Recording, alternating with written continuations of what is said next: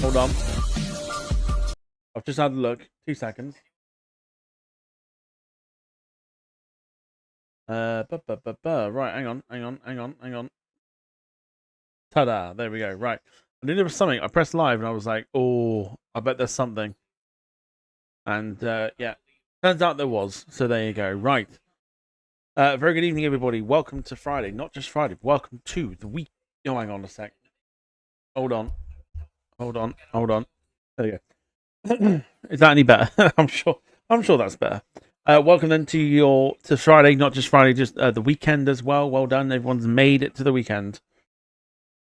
Hope everyone is doing well. We are here for Egypt and Australia, which is kind of the more unlikely of the sort of knockout games that you would have expected. However, here we are, and I think we're in for a decent game tonight. I don't see either side sitting back and just kind of soaking up pressure and then Bosch going for it. I think both sides will go for this. I think we'll be in for an entertaining game for sure. We'll go through that. That is the lineups there. We'll go through that in a second. It is our second time of watching Australia and our second time of watching Egypt as well in this World Cup because of timings and everything else. We last watched Egypt draw to Belgium in what was a bit of a dire game, really. And we also saw Australia lose to the USA last time out. Should be a good one, though. Hard to predict. If I did have to pick, I would probably say that Egypt maybe have the slight advantage. But Egypt are also very unpredictable, where they could have a decent game and then could not have a decent game. As we were saying last night with like Austria as well. Austria could have a decent game, didn't have a decent game. They were poor last night though, Austria. So fingers crossed. We should be in for a decent game. I don't want two teams to sit back and be cagey because it's a knockout game. Like, go for it. Claim the game as your own.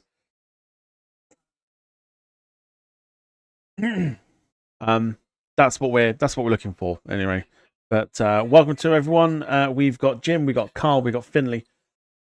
We also got Jean as well. Hope you're all doing well. Hope your day's been well. Hope it's been all right. You got through it. Well done, everybody. And yeah, the weekend is finally here. Jim says, "Evening, Tom, Jean, and he who mods slash unmods people on a whim from lying, bitching little twat mods called Louis." Yes. I have opinions on this one, but I will keep them because once I get going, there's no stopping me at all. We're 10 minutes away from kickoff here.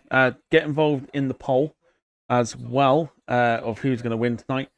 Who goes through, rather than who wins. Who goes through? Because obviously there's no draws after this one. So at the moment, 57% for Australia, 43% for Egypt. It's going to be a close one. It's going to be a close one tonight. I do think Egypt have got again, like I said, a slight advantage. But you never know. Right, let's go through the teams then, David. And we are, if you are watching along as well, we are on the BBC once again. Can't catch a break. Cannot seem to get an ITV at the moment. But we're on BBC. And yeah, there you go. Right, Australia 3-4-2-1. By the looks of it. They were doing a little thing about the goalkeeper for Australia, Beach. He's been in decent form during this World Cup. Of course, we've got Harry Suter in the back three there with Harrington, who's a teenager, and big things are expected from him, apparently. He's in there with Kerchati as well. Boss as well, they're featuring him. He's been pretty good this tournament. Jackson Irvine is one to keep an eye on as well. He's sort of like one of the Australians' sort of main players for them in midfield. And also Iran Kunda, who plays for Watford. He has obviously bagged a couple of goals this tournament as well. And all eyes on him as, again, rumours still swirl that he could be on his way to West Ham. Egypt take a slightly different approach.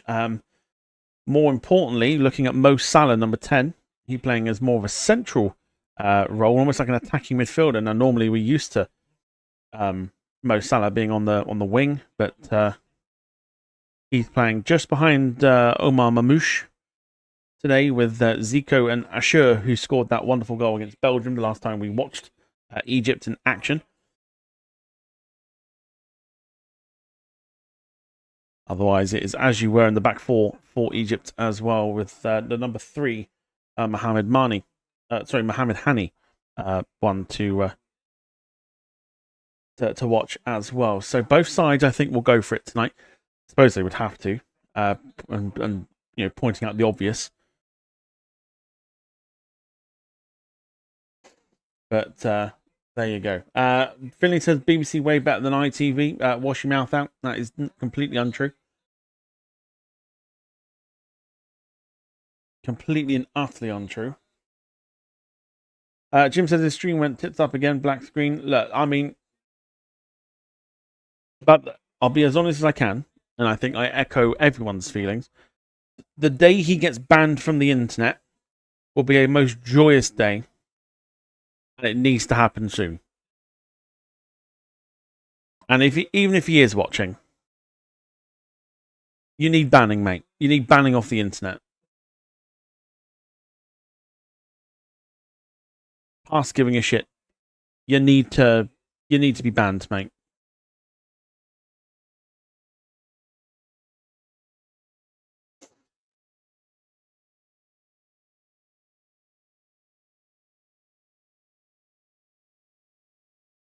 Not you, Finley. You're fine. Not you. Okay, so the Australian national anthem has just taken place. We're now awaiting the Egyptian national anthem, which I will now put the sound on.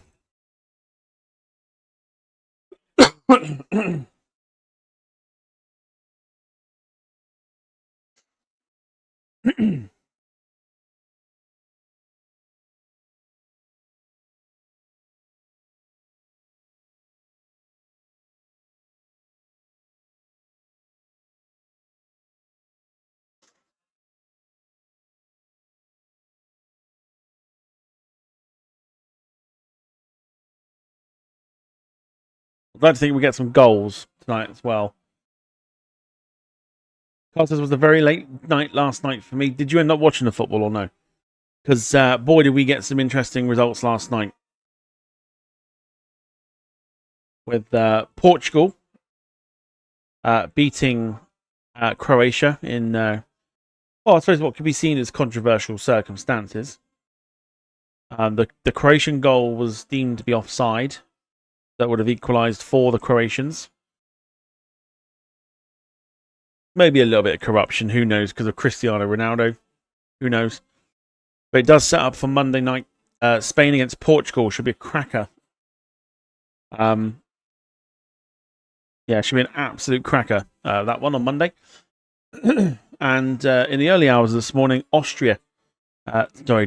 Switzerland beat Algeria by 2-0. And they set themselves up for a mouth-watering tie against either Ghana or Colombia.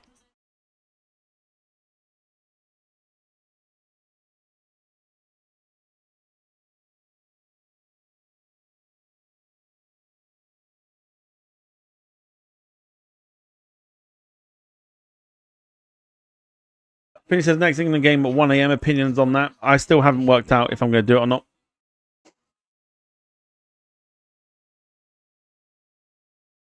I'm trying to figure out how to do it.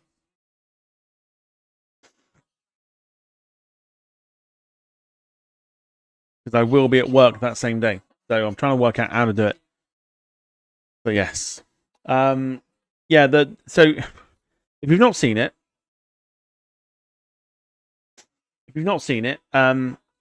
the Portugal goal, the Croatian goal that was supposed to equalise for Croatia has been under a lot of scrutiny. Some people think it's offside, some people think it isn't. We'll touch more upon it as the game goes on. But give yourselves an opportunity to have a little look at it. Have a little look at it. Then we'll discuss it throughout the game here.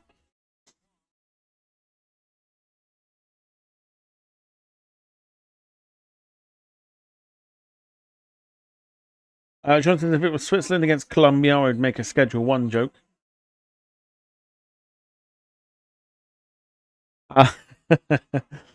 And Finney says, well, I can't be in the next England game because I'll get spooked at 3 a.m.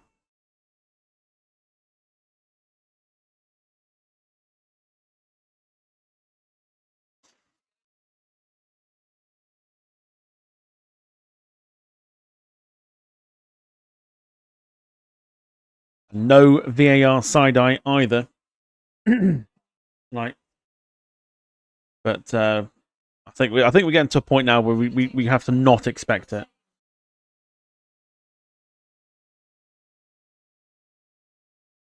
Yeah, so number 25, Lucas Harrington for Australia. Big names, big things expected from him. Number 22, Jackson Irvine is also another one. Like I say, he's sort of like the main player for Australia. He plays his football in Germany.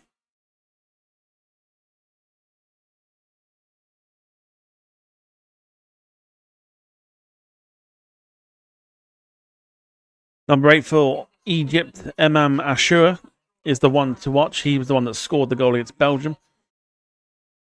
Give him half a chance. No doubt he'll hit the target again.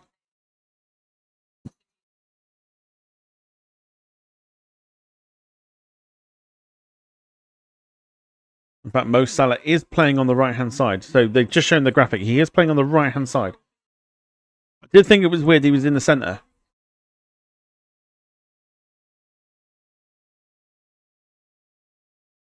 Gonna be a tough one this time. Excuse me. Mike, hello to you. Hope you're doing well. I will be coughing a lot throughout this. So apologies. I feel like I'm coming down with some sort of flu or bug or cold or something. I don't know. Very chesty cough, though. So if I do cough a lot, forgive me. Hopefully you'll understand. All right, here we go. We're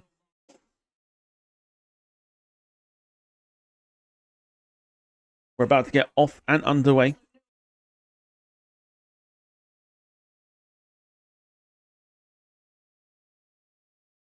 Let's get the...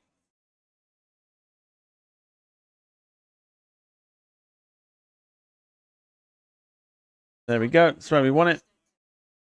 And off we go for the first half.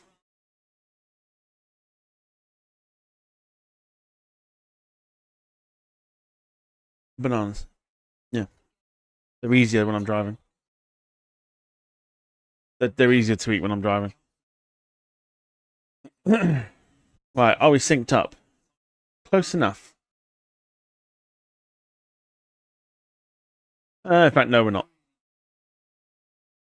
Former Arsenal, Birmingham City defender Matthew Upson with commentary. I forget the woman's name.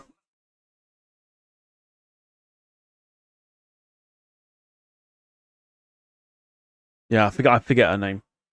Mike said you best have a sick day Monday then. Listen, I wish I could.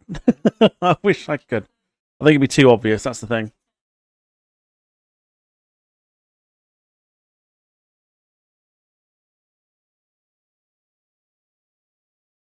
Fine, Nexus, hello to you. Hope you're doing well. Welcome to you.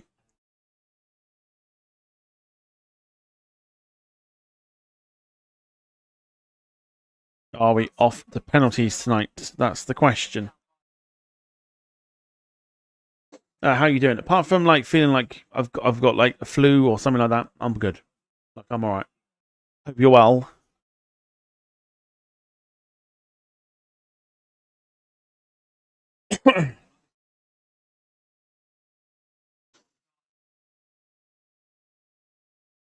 Does Diddles not like Jakeman's?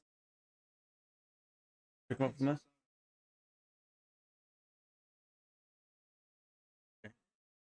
Get like a vapor. Oh, thank you.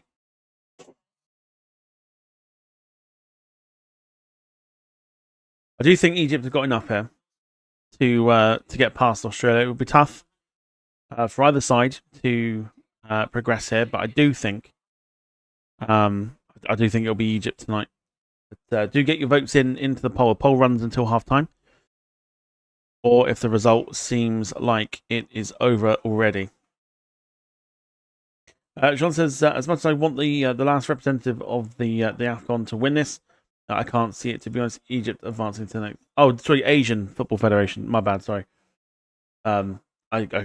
He sees Egypt advancing to the next round as well. I think so. I think there's enough about Egypt. 7-time AFCON winners.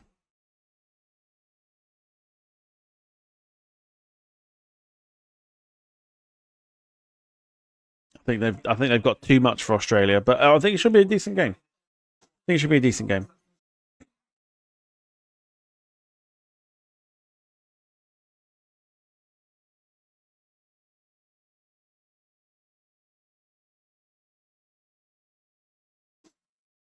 Egypt with most of the possession early on in this game.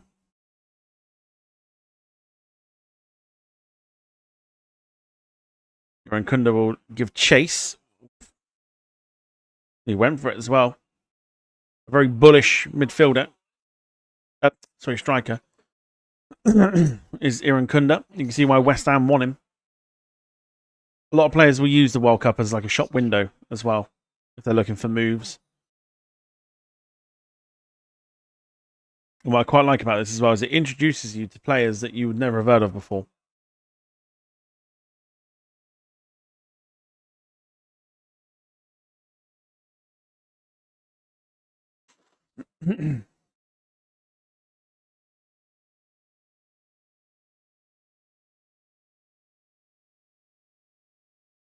Australia coming forward.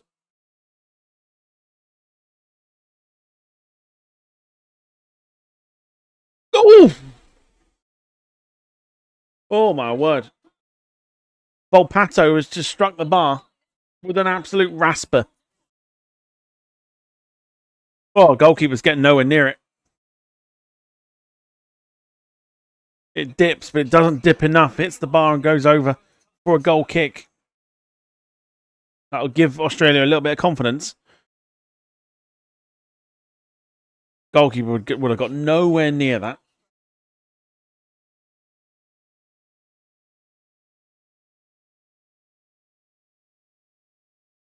It's Asian Football Confederation, not Federation. Well, you put AFF, so that's down on you. If you put C, I would have said Confederation. So that's on you.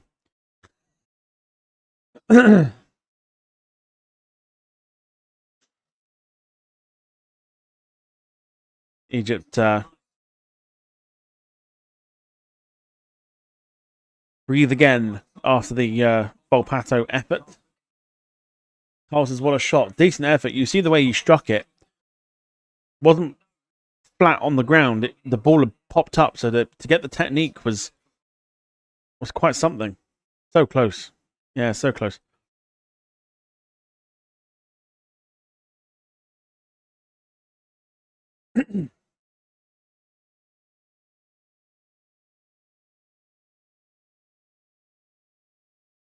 Mike says, I went for Egypt to win, but not bothered who wins, just want a good game.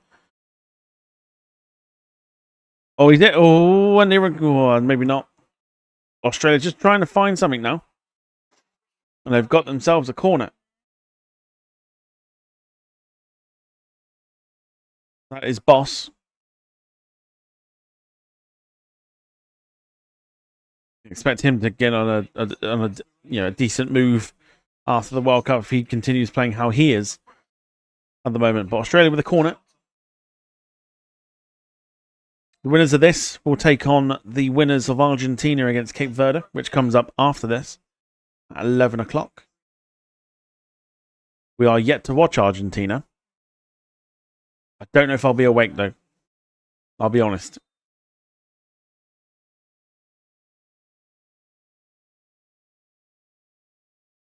Corner's wasted in the end.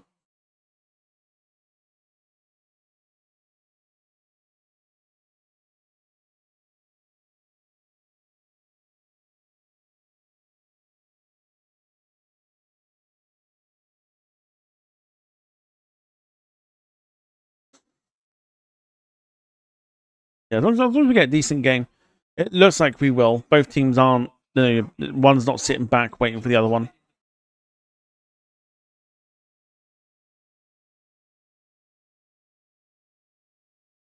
Both teams going for it as they should.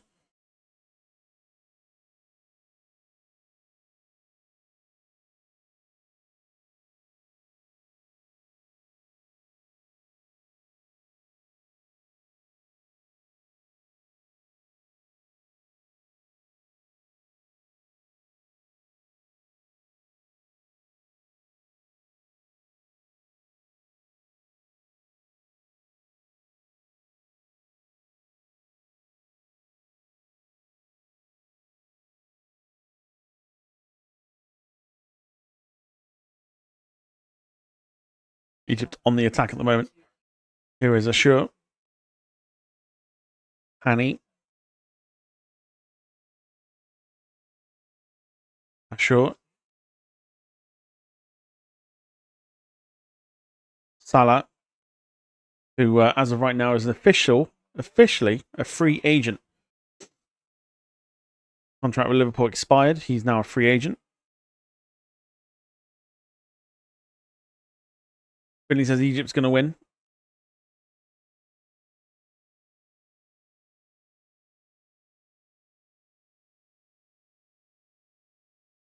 Little flurry from Australia to start off with, but Egypt back in control of this one.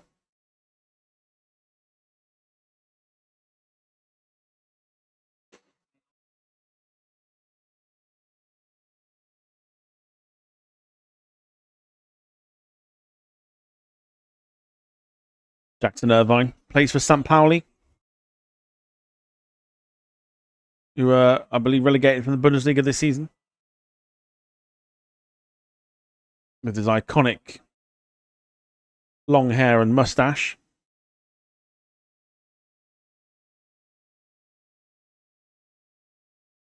Ooh, Boss took a leg to the gut there, but continues.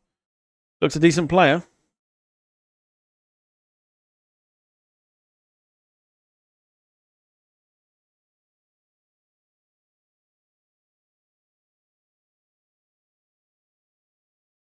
And the Aussies win a throw. John says, I can see Salah moving to the MLS or Saudi. I reckon probably Saudi more than anything.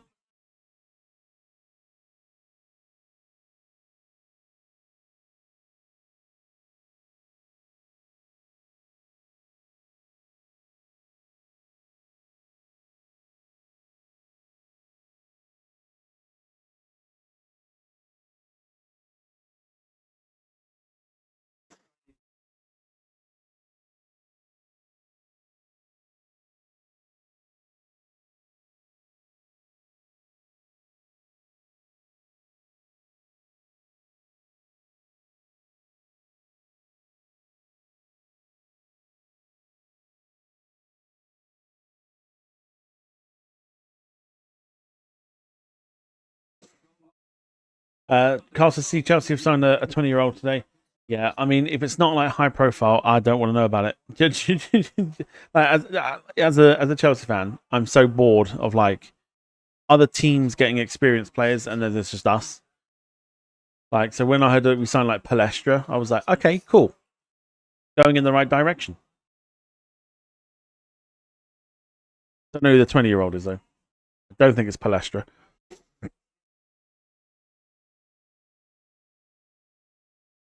Some other news that's coming in as well, managerial wise. Ange Postecoglou will be managing Cristiano Ronaldo next season. He's gone in as the new Al Nassr coach.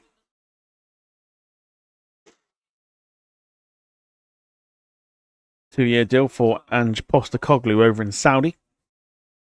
And Nottingham Forest have got Oliver Glasner, formerly Crystal Palace.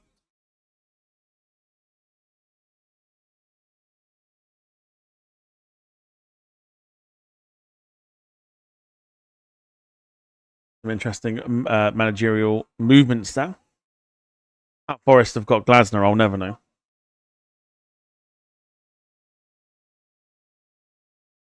But Egypt have a free kick here. Salah's going to take it. Postecoglou's going to be on bank money. Ashur got blocked. Marmouche Ball goes in. And it's Ashur! He's done it again. He's done it again, as Ashur. And there's his icon. There's his little celebration. Egypt strike first. And who else?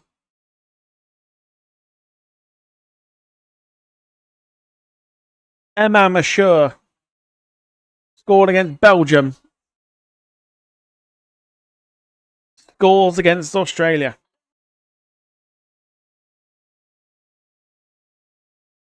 I said he was going to be a threat throughout the game. I'd give him a chance. It's a lovely header. Lovely header. Keeps himself onside. A lovely cross in. Oh, lovely. Lovely, lovely, lovely.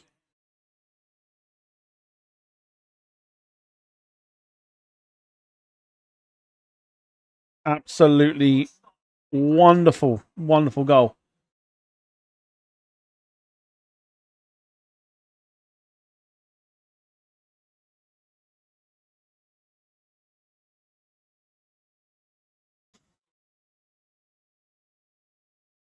So it plays his football in Egypt with Al Ali, one of Egypt's bigger clubs. Al Ali has the same birthday as me, so I immediately become a big fan of Emma Ashur. 28 years old, born on the 20th of February. It's a lovely goal. Now it's going to be a case of what can Australia do to get themselves back into it. And the shot is a straight wide. Don't think we're done yet, though, with the goals. Really don't think we're done yet.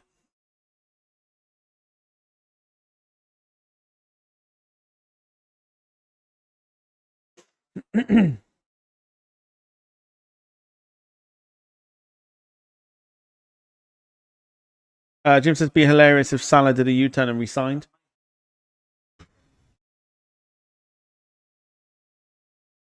Would he, though?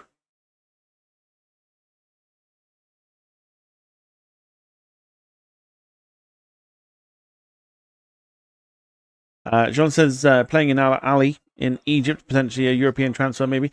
I'd say so. I mean, he's 28 years old. I would imagine someone like an Italian mid-table teammate may take him. Looks a good player. Looks a very good player. And that's what I like about the World Cup.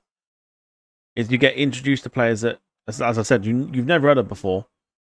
But suddenly, you then don't forget them.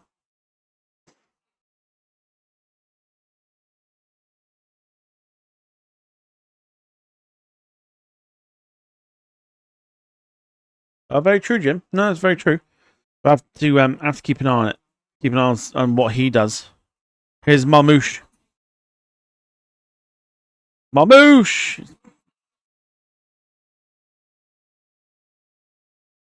Egypt look dangerous now. Jim says, to be honest, I wouldn't rule it out altogether with Slot gone.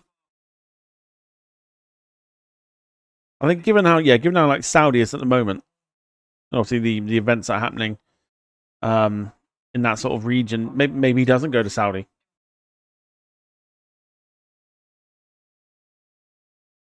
I think most people thought that's where he may end up, but who knows? Who knows where he could end up? It'd be fascinating to see, though. For sure.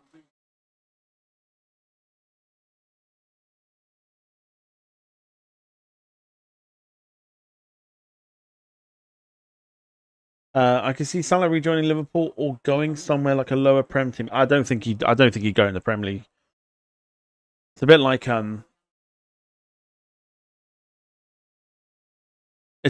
Jurgen Klopp, who said that he'd never managed in the Premier League. I don't think Salah would join another Premier League team.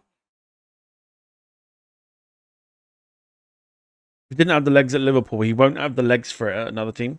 So I think he'll go somewhere else. But I do think maybe like Italy. If he's going to stay in Europe, it'll be Italy. And I could see someone like Juventus signing him or something. I think Juventus would be a good fit for Salah. And as Jim says just there, that was going to be my next point. Julian Nagelsmann this morning stepped down as Germany coach, and Jurgen Klopp is now the favourite.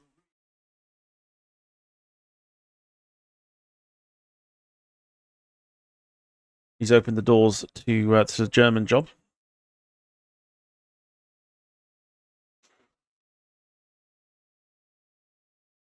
Or West Ham could be a good choice. I don't think he dropped to the Championship.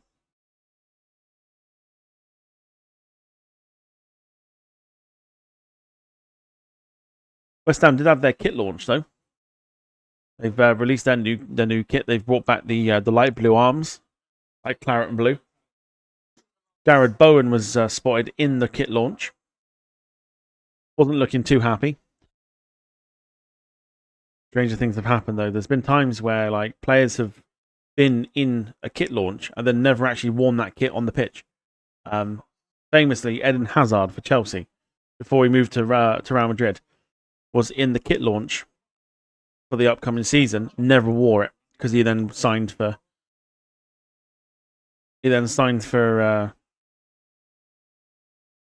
Real Madrid. Would Klopp take the German job? He's open to it. So I would say yes. I would say yes, he would take it.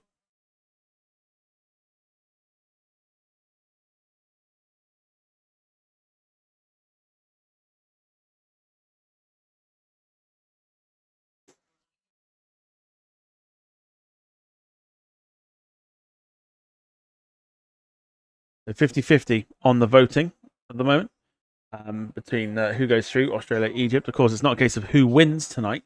It's who goes through.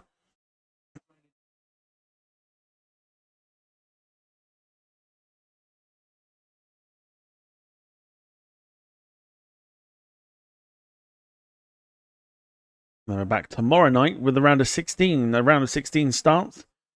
One of the co-hosts, Canada, take on Morocco for a place in the quarterfinals.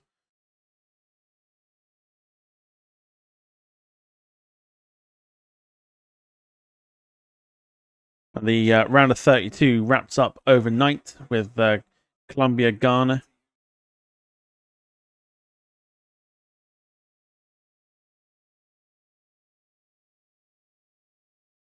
Great ball. It's Salah. Oh, no, who is it? I think it might have been Marmouche.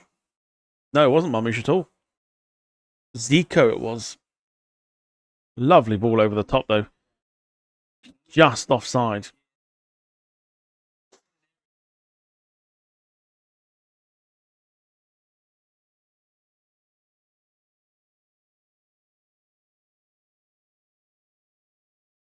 Mike says that I say the job is Klopp's. I think it is. Yeah, I think it is.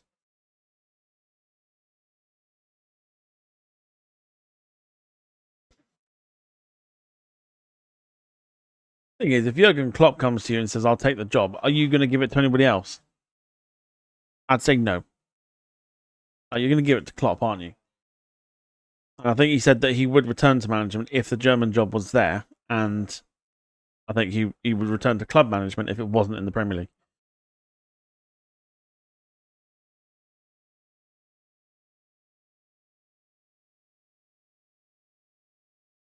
Want to kick here to the Aussies? Got to do something to get themselves back into this one.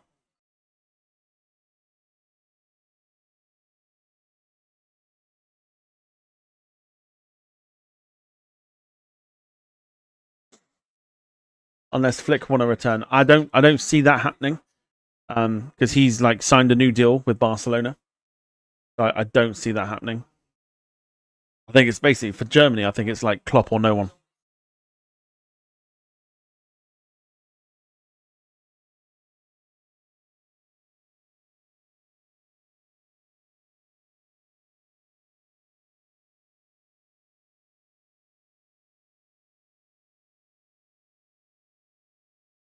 Okay. And the boos ring out, and you know what that means.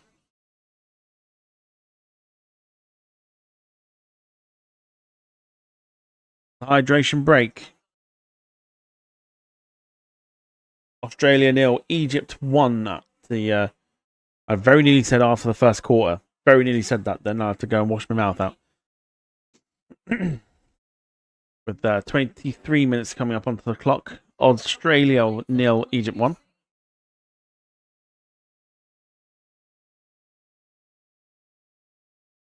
Been a good game. A very good game. Very intriguing.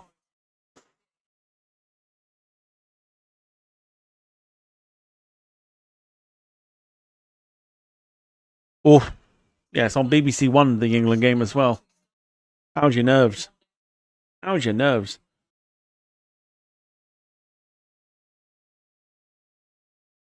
Lee, a very good evening to you. Hope you're doing well. Welcome to you, sir.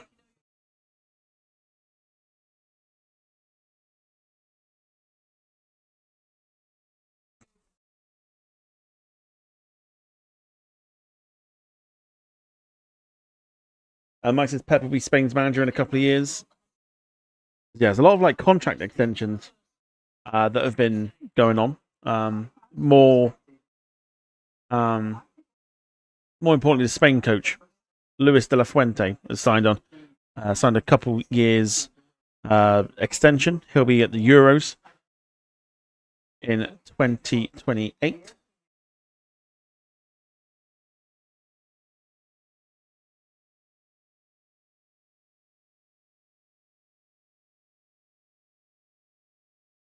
Tony Popovich having a word.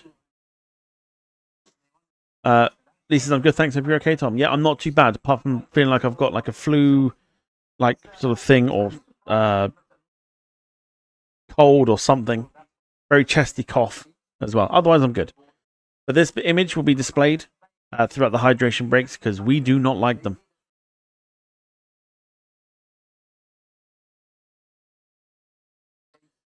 And yeah, very. I mean, I was going to do something about it, but I totally forgot about it. A special nod, as Jim has just put. As, today, we also remember it's been 1 year.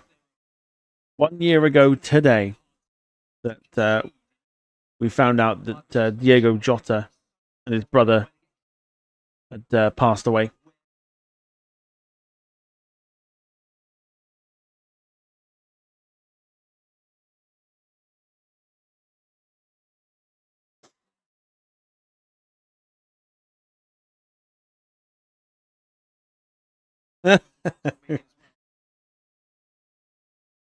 Mike, don't give the game away. Don't give the game away. I'm not well.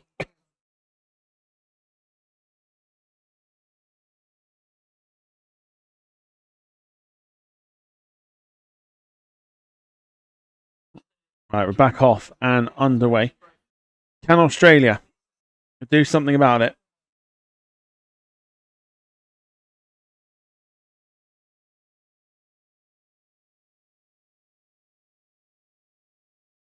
Like purposely sleeping with a fan like directly in my face to make me like get a cold. So I don't go to work on Monday. Problem with that is, if I do make myself ill enough to not go to work on Monday, I wouldn't be able to stay up because I'd probably be asleep.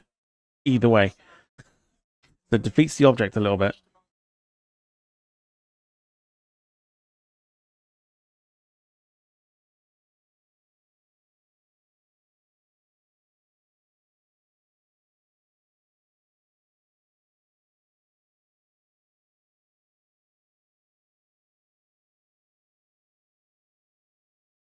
Thrown here to Australia.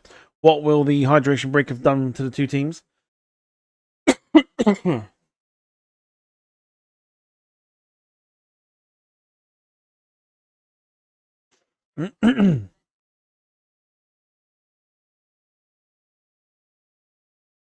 in here to Egypt. Just gonna keep an eye on that. So I have to have the window open, as in like the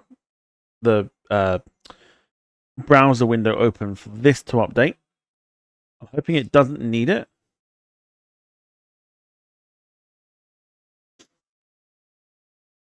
I'll keep an eye on it.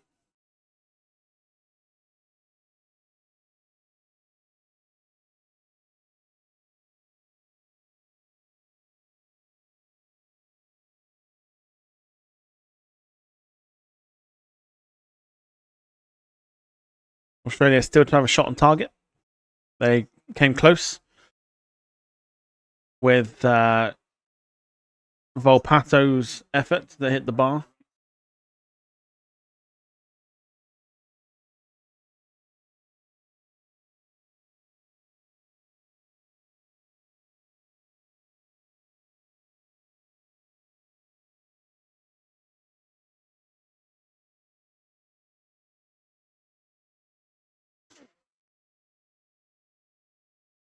Lovely one-touch passing here from Egypt. Salah. Sure.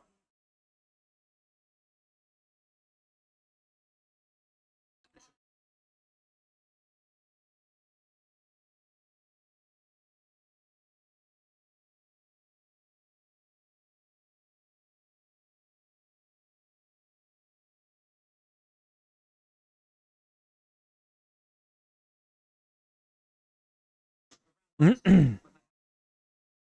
me know how your day's been. What you've done. How hopefully not too bad. And maybe what you got planned for the weekend.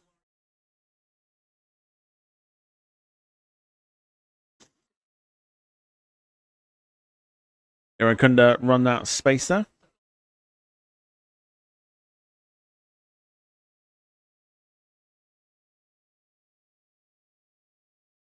I did wonder who that was. Then I thought I recognised him. Yeah, Mohamed El Neni, formerly of Arsenal.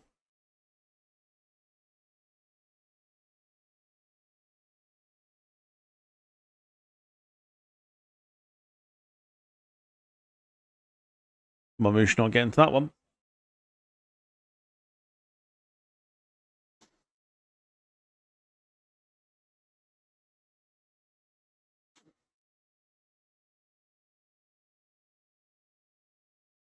Half time, we'll do some channel watch.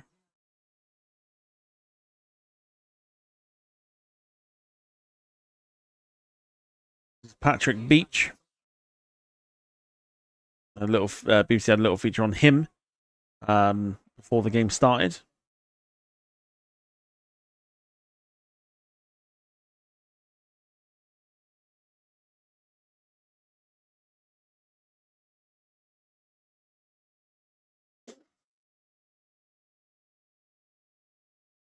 There you go. Commentary have told you everything you need to know.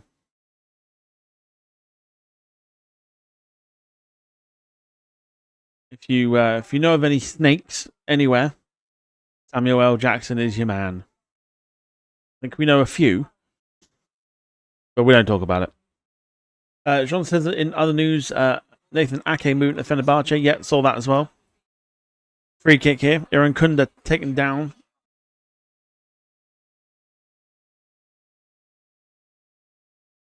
Free kick here to Egypt. Sorry, to Australia.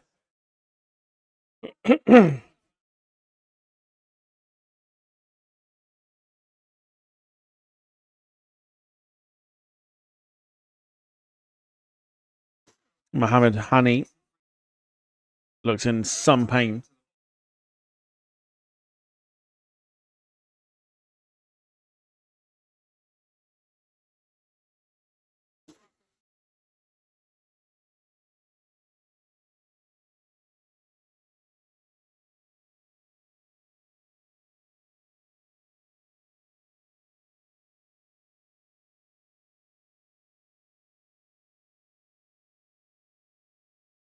Oh. So it wasn't from the actual tackle, it was from the follow through. Oh dear. Lisa's been in Stratford, been busy, but good. Had to work for over an hour after I got home, but at least train we were on time. I was hopping to London City tomorrow before it got hot again, but there was no DL. Oh, hoping to get over there. There's no DLR. Was it a strike or just not running at all? Something I don't miss about living in London. London transport. Don't miss it at all.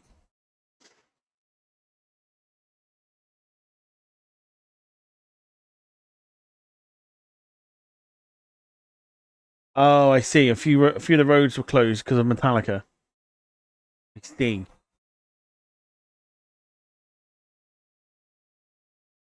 Free kick to Australia. Whipped in.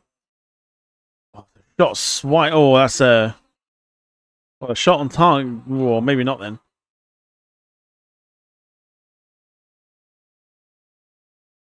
Free kick here coming up to Egypt. Jackson Irvine just a little bit too eager to get to the ball. Took his man out.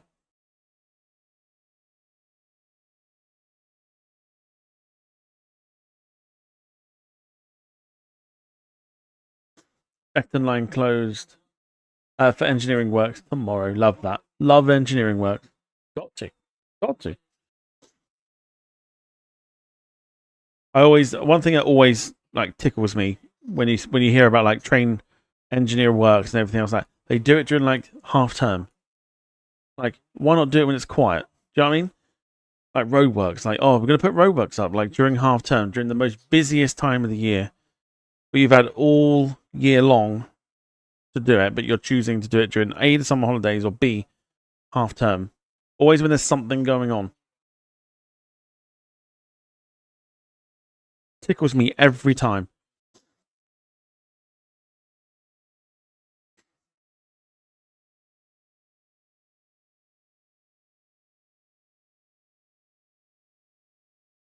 Australia on the attack here.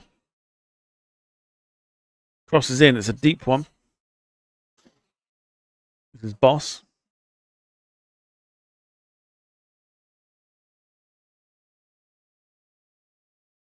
Well, Pato can't find Boss again. And Egypt, well, I say they could come away with it, but they've given it away.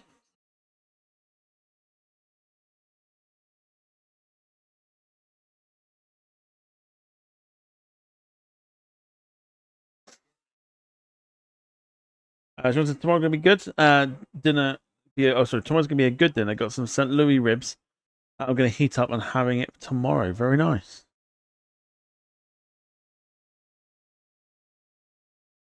Headed on, Irankunda.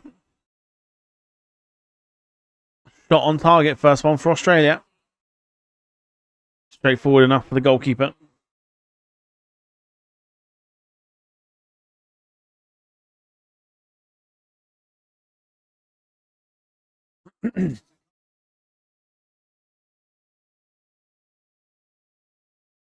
Jim says motorway roadworks, miles and miles of cones, no fucker ever working. I do think they should adapt like the Spanish way of doing it, which is like you only cone off what you're working on. Might be a little bit unsafe, but like at least that way you're not closing off miles of road for quite literally no reason. The other thing that gets me as well is that like when you have that sort of thing, where you have like roadworks or gas works or water work, whatever they're doing. One guy will be working, 4 people will be stood around him watching, but not doing anything else. I just sit there and I'm like, if I'm driving past it, I'm like, what are you doing? Like, this is where our money goes.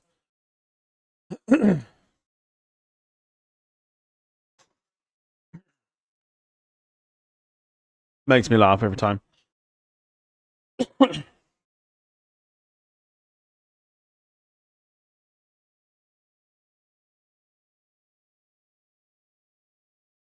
10 minutes to go for half time. Australia 0, Egypt 1.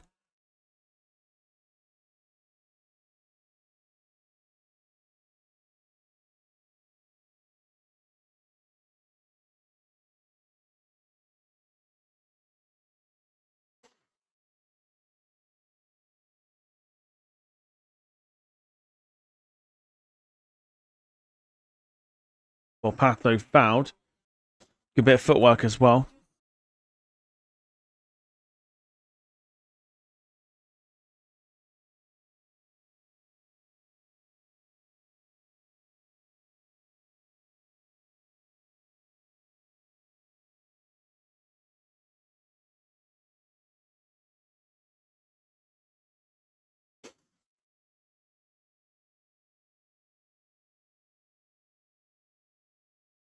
Lovely play this. His boss should win a corner.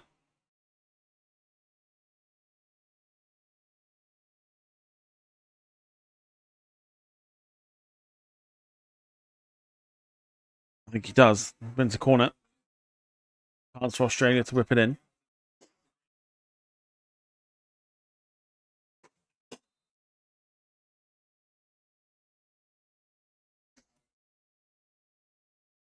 Goes deep. It's knocked back in.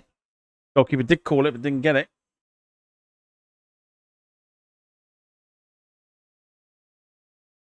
Salah's not got the legs to go after it.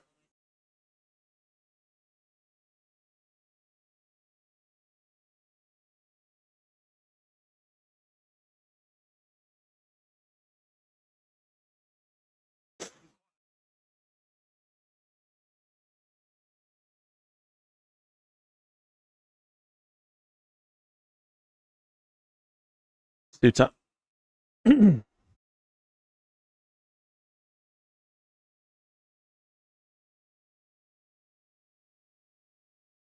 Zakati's ball goes straight through to the goalkeeper. It's been all right. It's been all right. Watch this one. Hopefully, it fulfills the need of being a decent game.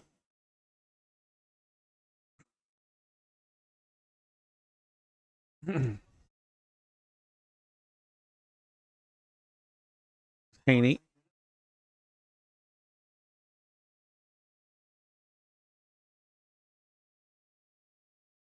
Egypt just slowing things down a little bit at the moment.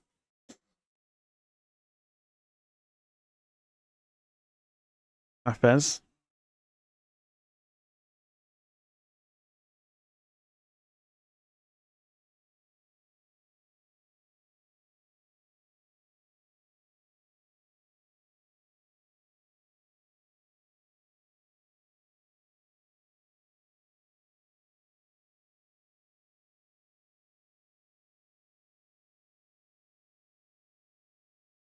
There's a foul here.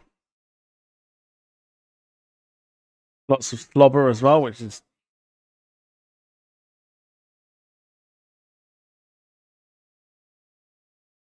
just a hand in the face there, but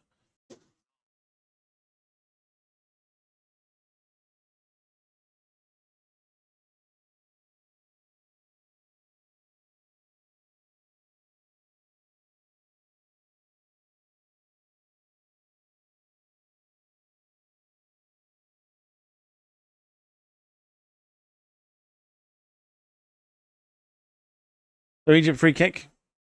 Mo Salah will whip it in. You'd expect him to anyway.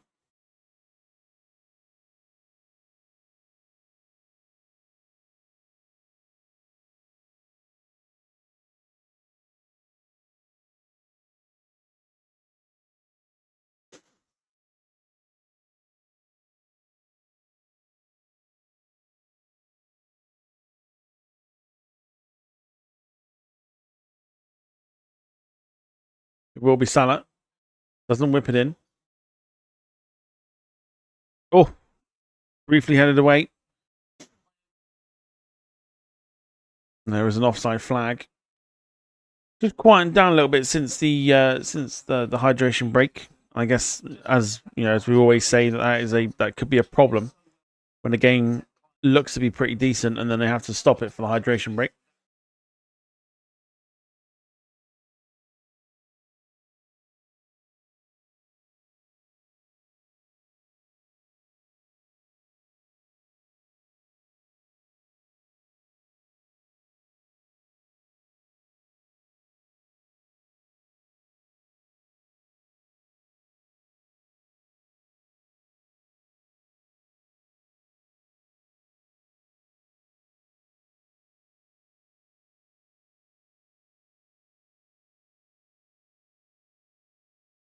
Aaron Kunda.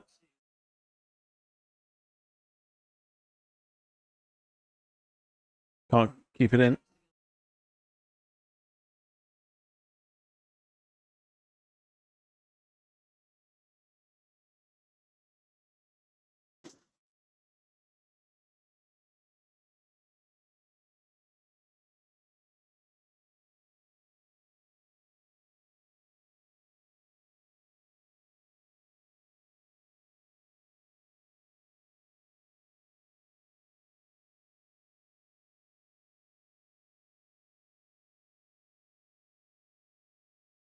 A human bulldozer.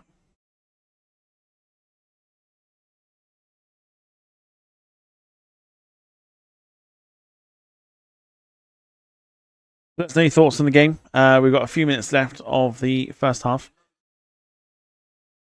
I just think the hydration break has taken the sting out of the game. It's not been as good in the first half. Sorry, as good in after the hydration break as the the first part, the first 20 minutes, I should say, of the first half, where everyone was going for it. Now it's a little bit more on the cagey side, where we didn't want to see.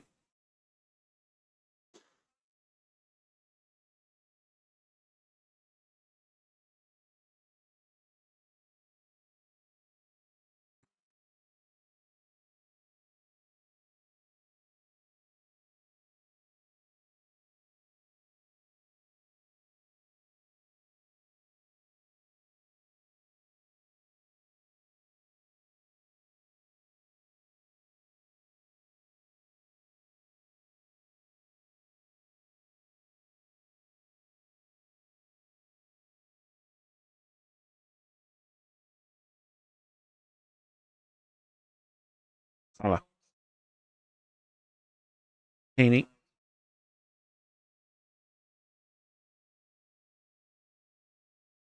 I just doubt the Aussies will win this.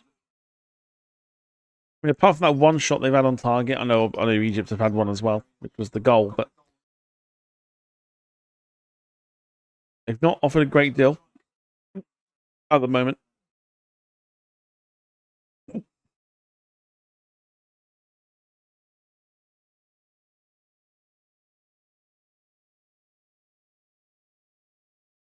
Again, the ball over the top to nobody. Goes for a goal kick.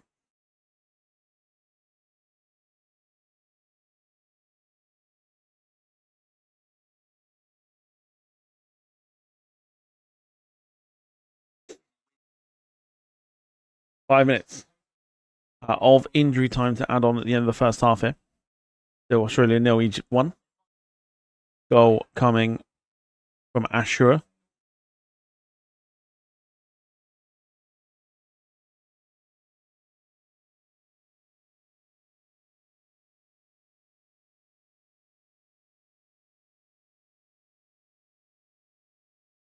Lovely ball. Here's Mamouche. Mamouche has it back.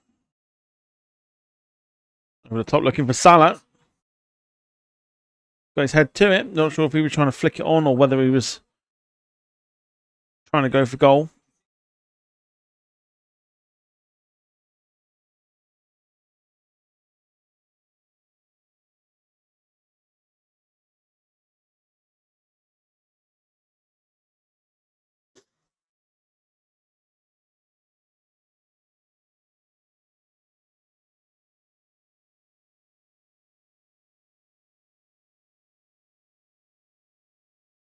He says, I'm back to what did I miss? It depends when you went, because I don't think any of us knew when you went. Depends when you went.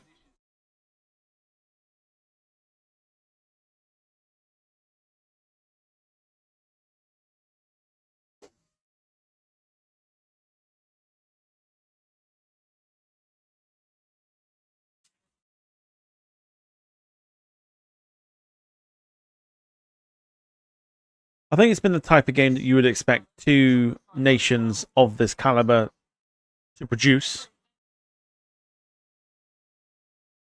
Still think the hydration break has taken the sting out of it.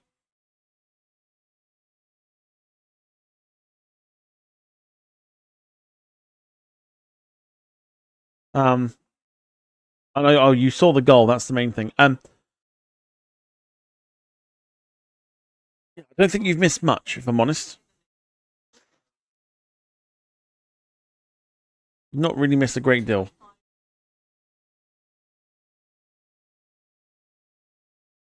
Is it on the same levels as Canada, South Africa? I don't think so. But it has been. Oh, and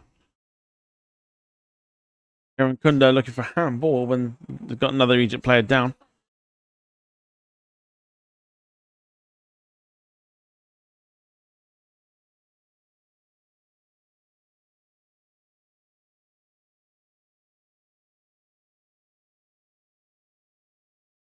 Well, what are we doing here?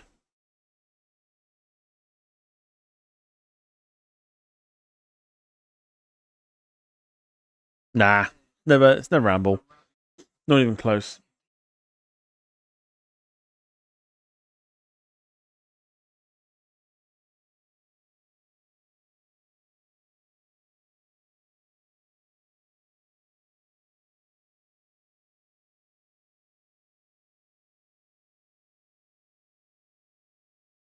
I think Australia needs to do a little bit more here in this game.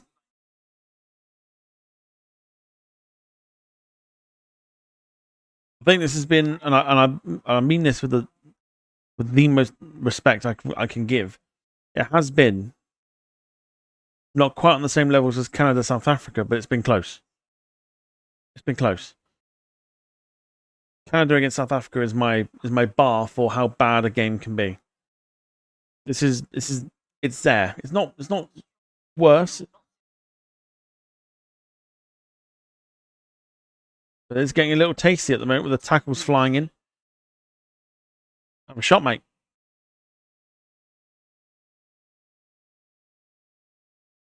Very surprised he didn't go for goal.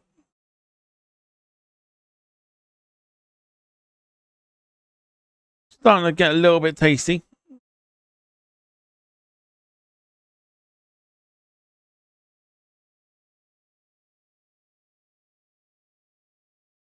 Might be a late flourish, but there's not really a lot they can do at the moment.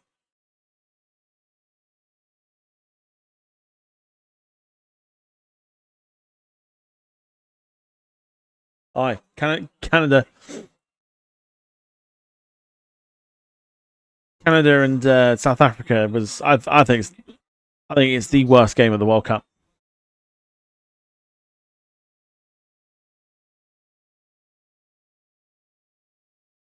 Ooh,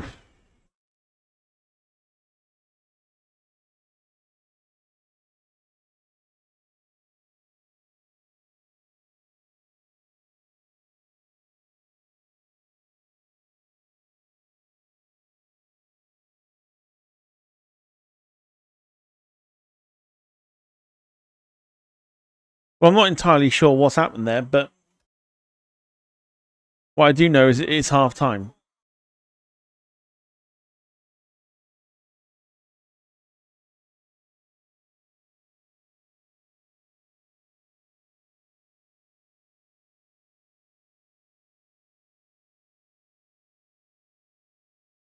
Very surprised that they didn't sort of allow any treatment. Mind you, to be fair, it's not a head injury, so they can't really do too much about it. But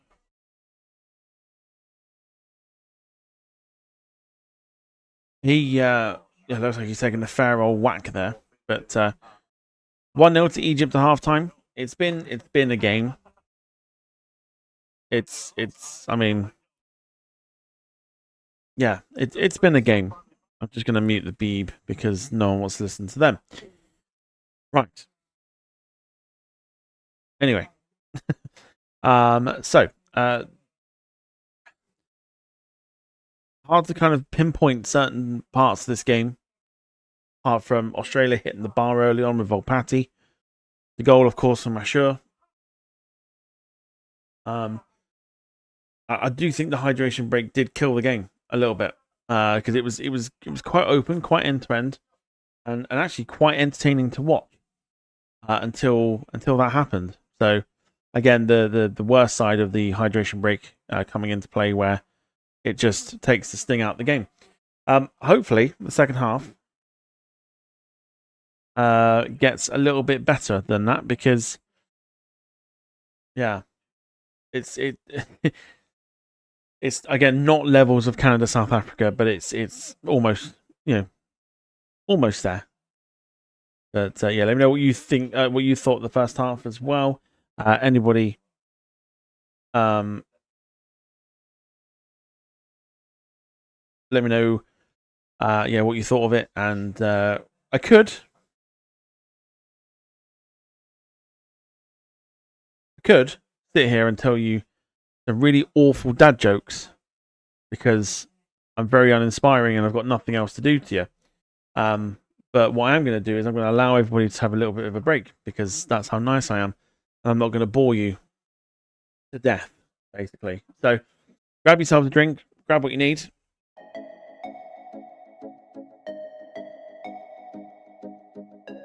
And we'll come back for the second half. Just before we do leave, Mike says, yes, not a great game. This World Cup has turned up some mundane games. That's the problem, I think, with the expansion, is you start to get some matches that are just, they're not great. And teams get through that maybe shouldn't normally get through. And they cook up this sort of, I don't want to say dross, because it really hasn't been that bad. But more on the second half, or sorry, more in this game when we come back. Grab yourselves a drink. I'll see you in time for the second half. Back in a bit.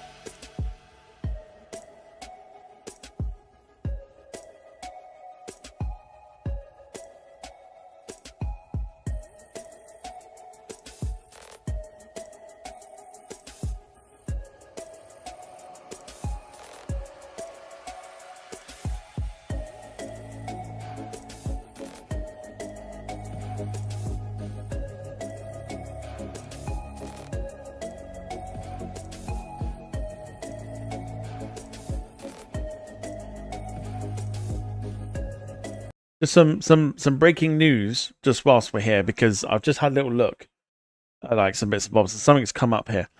Sunday, of course, is England-Mexico, which is due to kick off at 1 a.m. Going into Monday morning. There is, in the last 10 minutes, a news article that's come out to say that there is a massive chance that the game gets moved to 6 hours earlier at 7 o'clock because of storm threats currently in play. Or there is a storm warning for Mexico City or around sort of the Azteca at the moment. So there is a chance that the England game gets moved from 1 a.m. Into Monday morning to Sunday night, 7 p.m.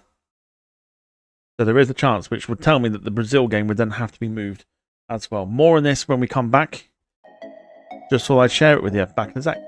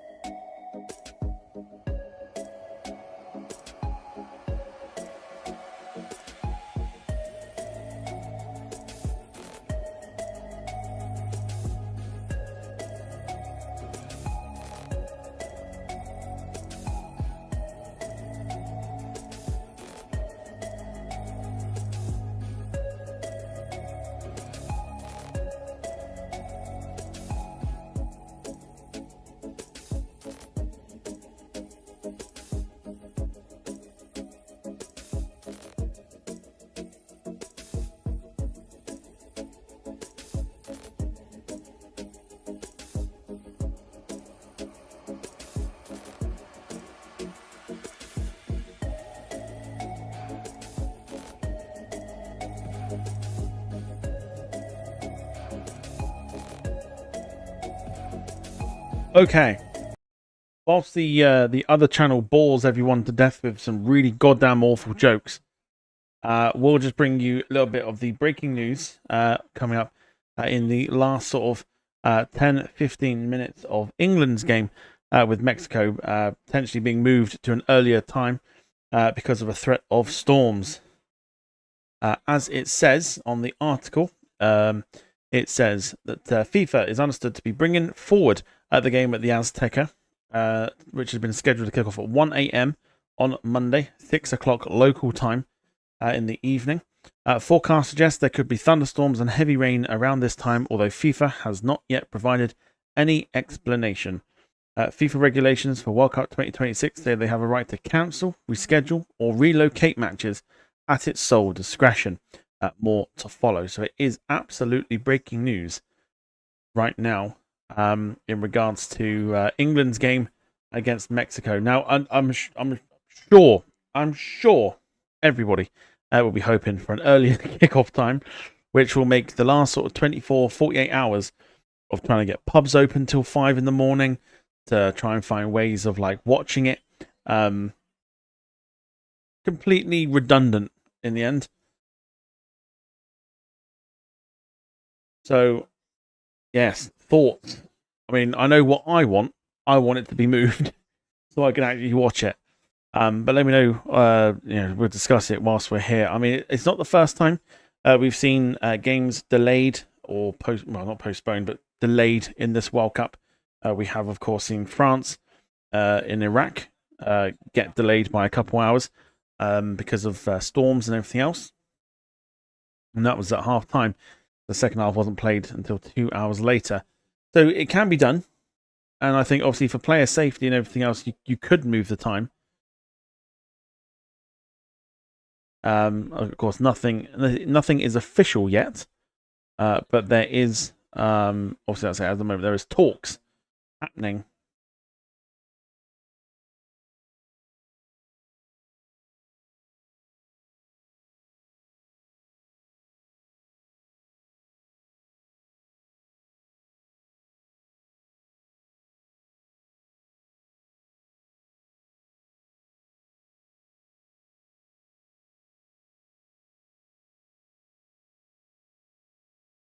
So a little update. If you're watching the BBC, they've just mentioned it.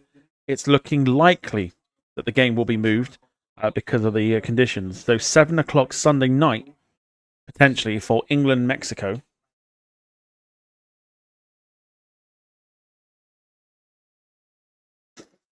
But one to keep an eye on over the next 24 hours or so.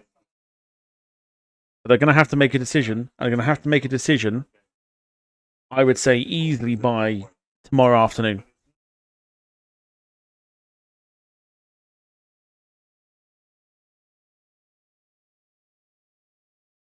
So both sides back onto the pitch. And as usual, the BBC are throwing in your faces that you must have a TV license. And what do we think about TV licenses? Fuck the TV license. We have one, but fuck the TV license.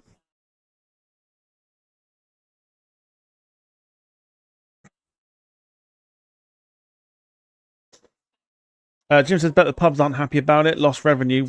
Can you imagine the uproar? I mean, you can't do anything about it because weather is weather, right? But imagine fighting a cause to get your pub open till 5 o'clock in the morning and it being for absolutely nothing. Oh dear, never mind. Right, second half, off and underway. We're looking for... Oh! And I'll tell you what, Omar Mamouche, I mean, how are they not 2-0 up? Oh, he's just not wrapped his foot around it. He knows he could do better. But Egypt should be 2-0 up very early in the second half. Yeah, imagine fighting for a cause of like keeping your pub open till 5 o'clock and it being for absolutely nothing. Which is what it's like looking likely to be. It's looking very likely that the game gets moved to 7 o'clock, which will be an absolute godsend if that is the case.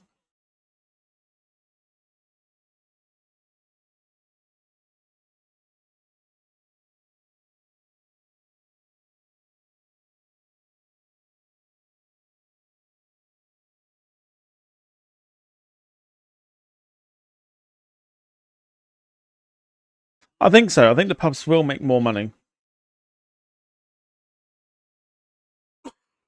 But I'm just thinking about the efforts that pub landlords would have gone through to be like, yep, we want to stay open till, X time AM for the football, win the cause for it, and then turns out you didn't really need to do anything anyway.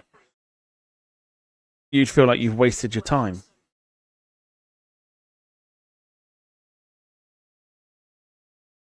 They got in each other's way there. Suta, but nobody there. He will be the target man for these set pieces. Harry Suter, Aaron Kunda, Irvine, back in. Oh, and he looks like he's flat out here.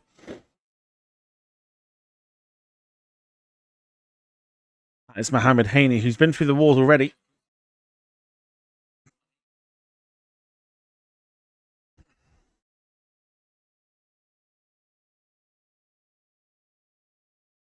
I just wonder.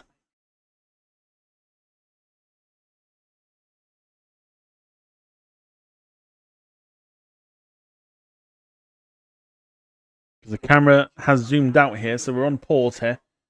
This looks really nasty.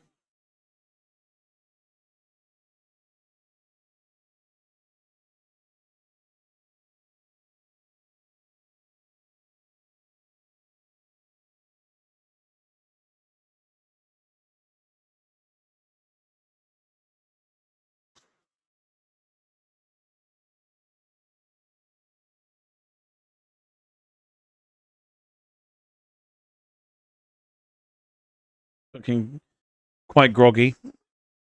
There's no way he can continue here. Obviously not seeing a replay of it either. Or we are seeing a replay of it.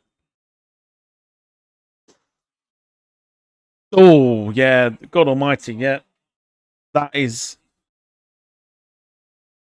Yeah. How on earth is he still playing?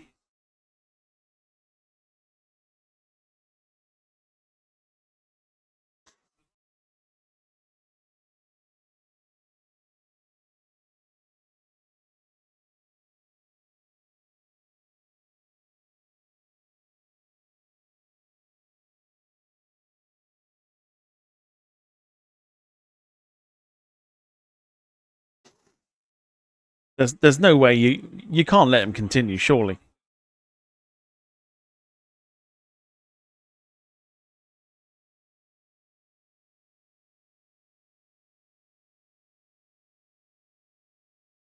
Is he coming back on? He's got... I mean, if you've been knocked out cold, there's no way you can continue, right?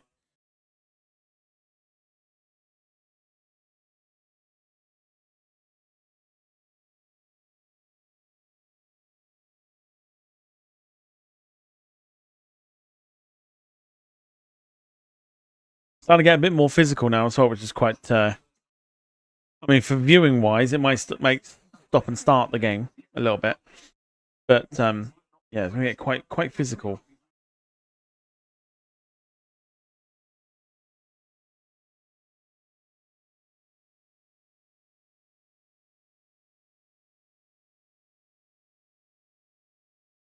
So just keeping an eye on the website, see if anything changes. It's now changed to is looking set to be moved, which means it is looking increasingly likely that we will be getting a 7 p.m. kickoff UK time for the England game. I will keep an eye on it and bring you the news as and when we get it.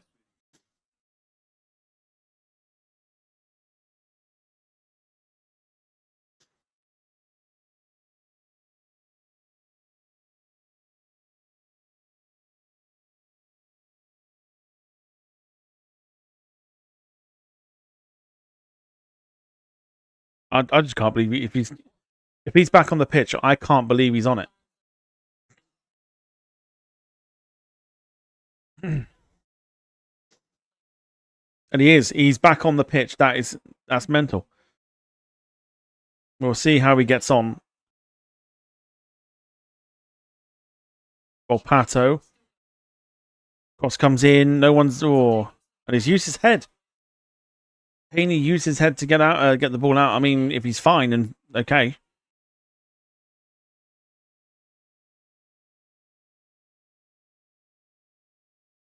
Mental, though. Absolutely crazy.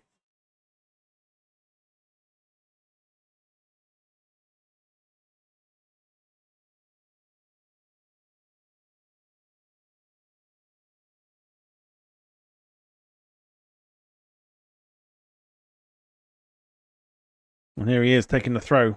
Mohamed Hani. Mental that if he was knocked out, he's able to continue.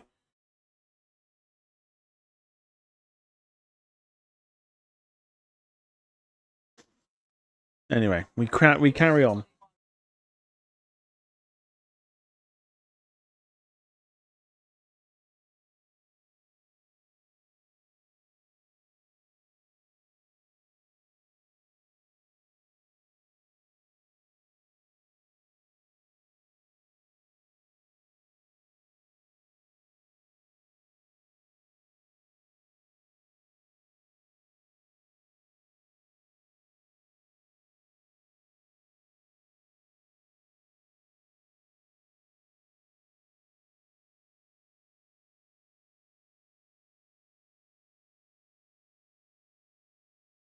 The other way, Australia's starting to offer a little bit more. The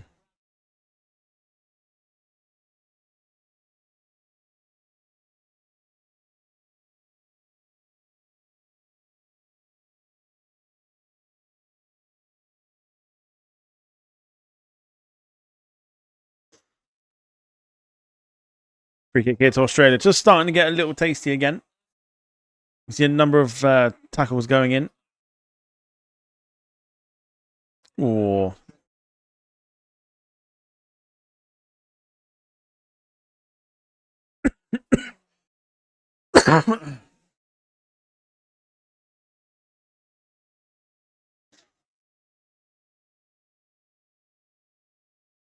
The free kick to Australia. Dangerous position this as well.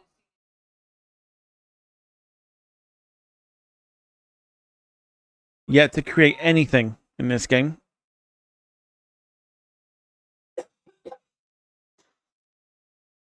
O'Neill will take it.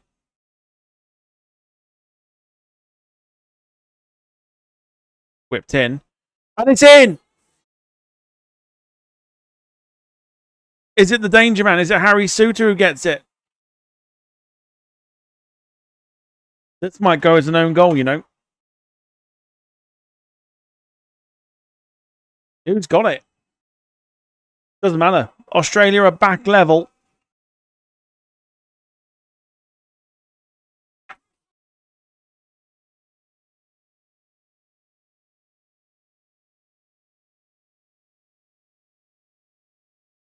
Is it him? Is it Hani? They're on side. Oh, it is. It's the guy who was knocked out. He's put it in his own net.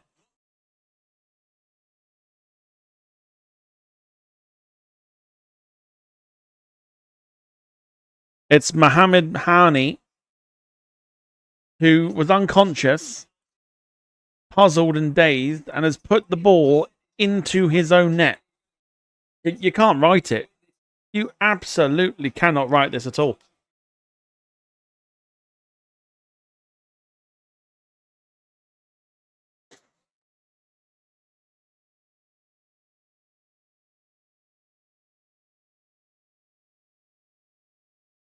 You can't write it.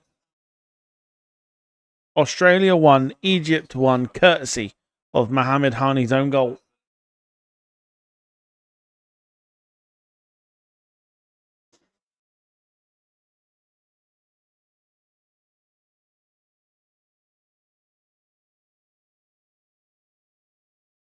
Not the first time he's scored an own goal in this tournament either. So he is prone to it. Should set up a tasty finish to the game now.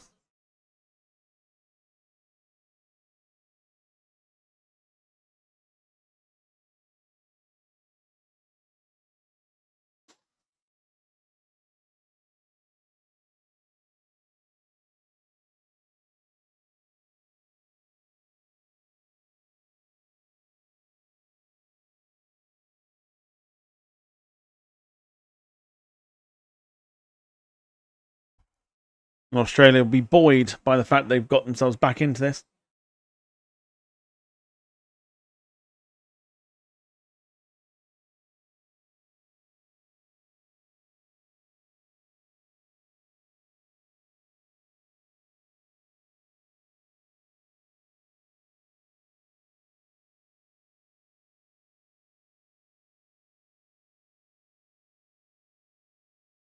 Carl, not confirmed yet.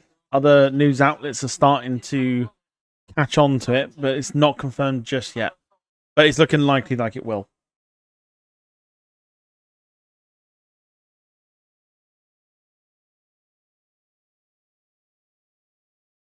It'll be good news for us because we'll be live for that one. For sure. So in answer to your question, or to anyone that's asked, am I doing the England game? The answer is yes. Yes, I am. If it moves. Which is looking very likely. What stressful time we're going to be involved in with that one.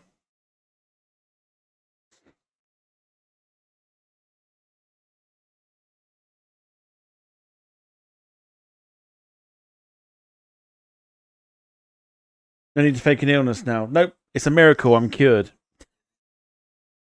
I fucking wish. Zico for Egypt. Here's Salah. Not entirely sure what he was trying there.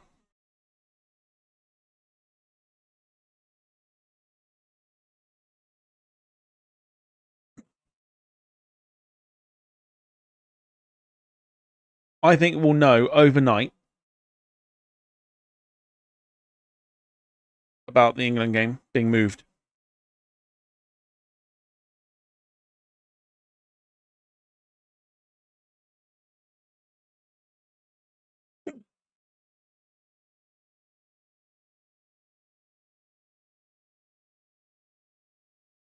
We'll, like I say, we'll keep an eye on it. If we get anything, if I get anything before the game is done, I will let you know.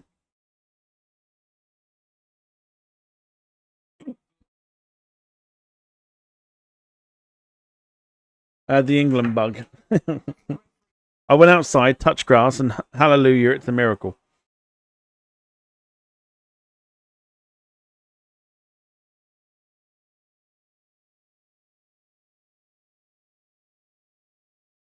The Aussies giving out their yellow cards as well.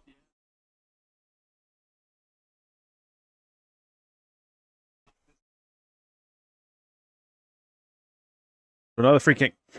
In a dangerous position here for the Aussies.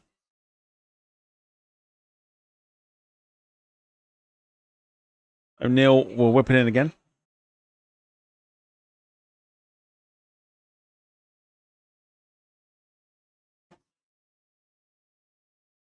Looking towards Harry Suter. But again, like I said, he is going to be the one that you ping that ball to. O'Neill back in, headed away. Irvine. Harrington tries to whip it in. Suter still forward.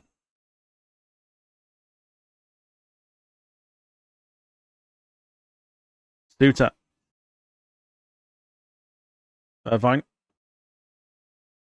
Irankunda.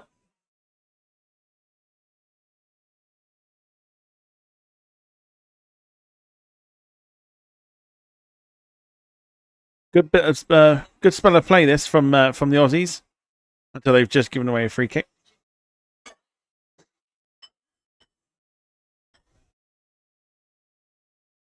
But this would be the type of game that like would go to penalties.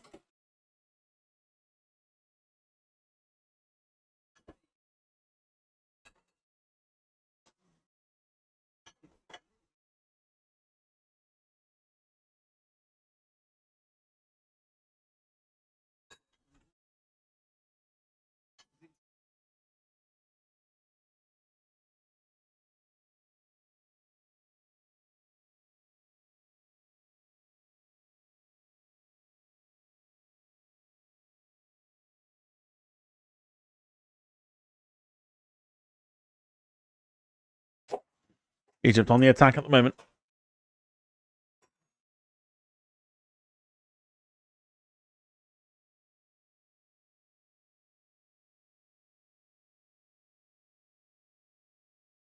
Here's Haney. Asher.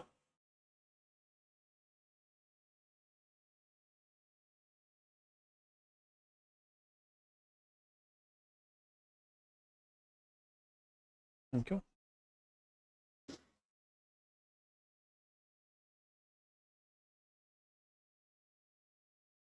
Salah,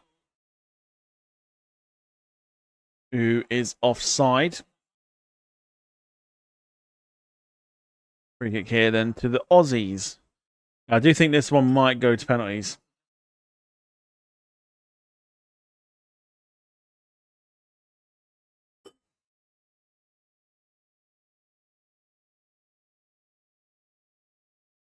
Probably does wish he came off, as Jim said. Probably does wish.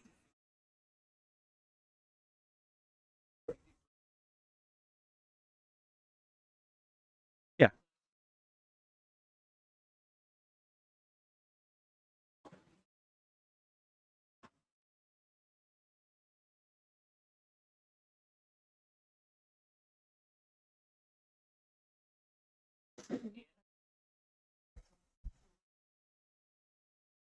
What, as in away, away?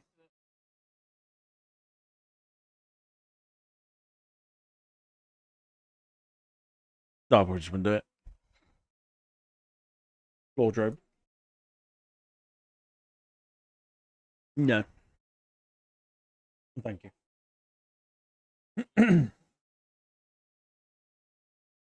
About 5 minutes or so, maybe less than that, before the hydration break. Australia won, Egypt won.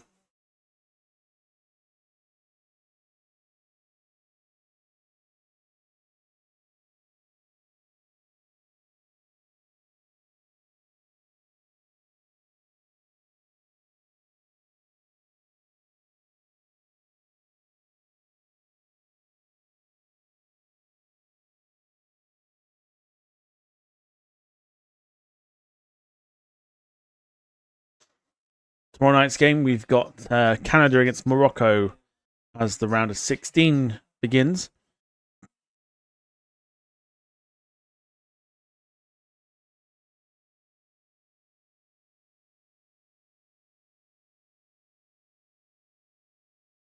France Paraguay. I think it's France Paraguay in the evening as well.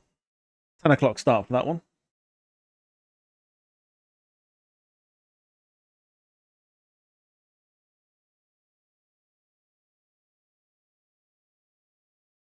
Mike says, I hope so. A bit of practice viewing of a penalty shootout tomorrow night. Is that just in case?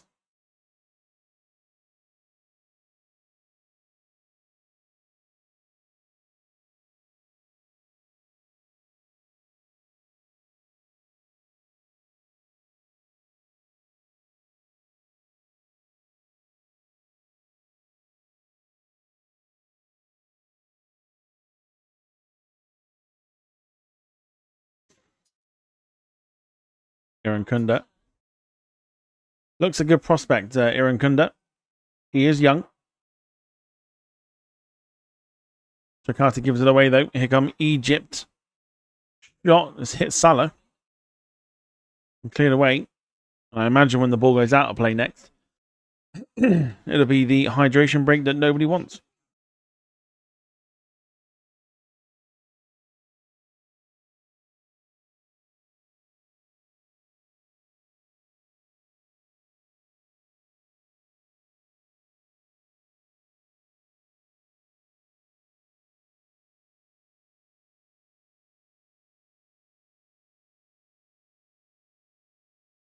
Almost finding. Here's Ashur. Can't let him as you get a strike away. Hani delivers.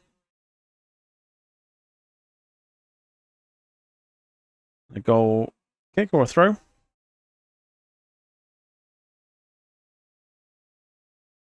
Changes here for Egypt. Hossam and Hassan coming on. Zico coming off.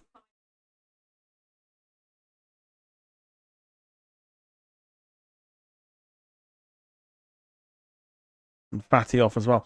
I'm really, really surprised that they've just not taken off. They've not taken them off. You know what I mean?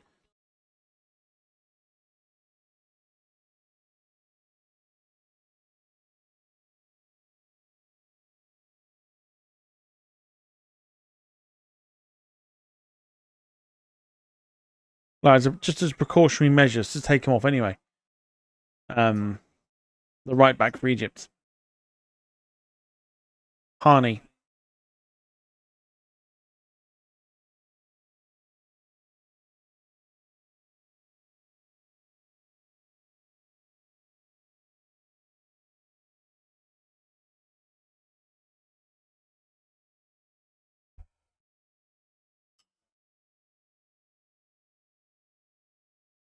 And judging by those boos, it is that time once again.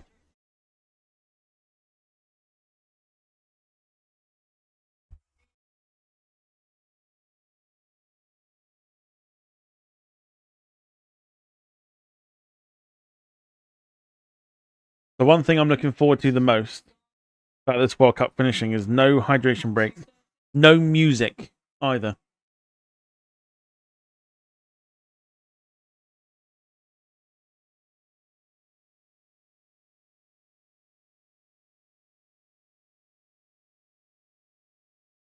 in the hydration break, they play a song for the 3 minutes that everyone can get involved and cheer and happy and bleh. Basically, like Americanize it.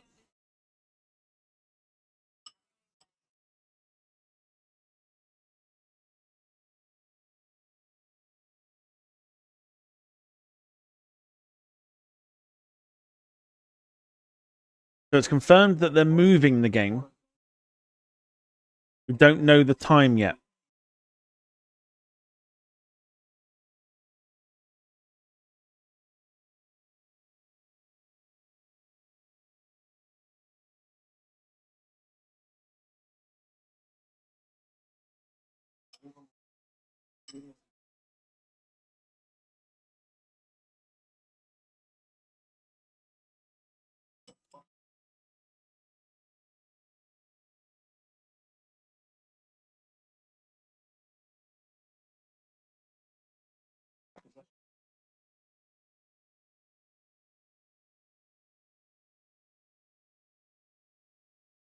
John says, would be fun if UEFA adopt it. Wash your mouth out. If UEFA go anywhere near the hydration break, although to be fair, as we discussed, I think last night, they have adopted it. Supposedly, they've adopted it for the European Championships coming up in 2 years' time.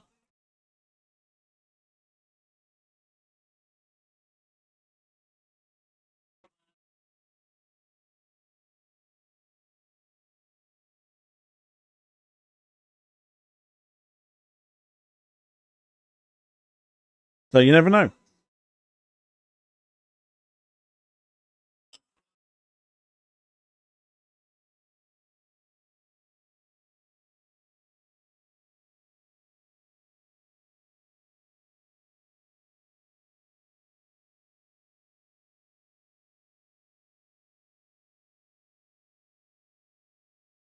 Right, away we go once again.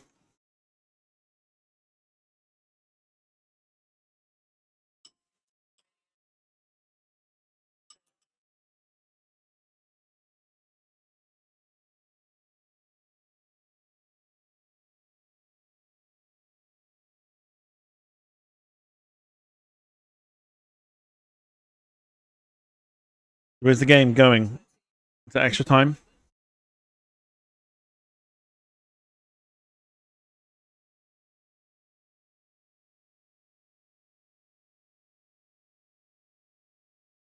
Ball gets whipped in. Iracunda couldn't get there. Mike says, I bet advertisers will be happy at that, and more revenue for ITV, which I don't mind. As well, considering it's on BBC, I think BBC will be more happy that it gets moved. Do you know what I mean? And they'll absolutely milk it. They'll milk the fact it's getting moved.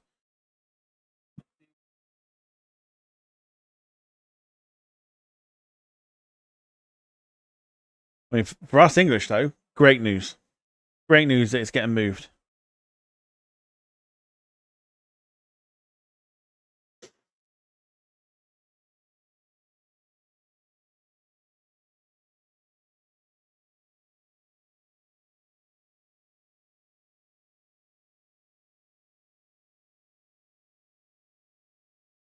No one has to think about any dilemmas.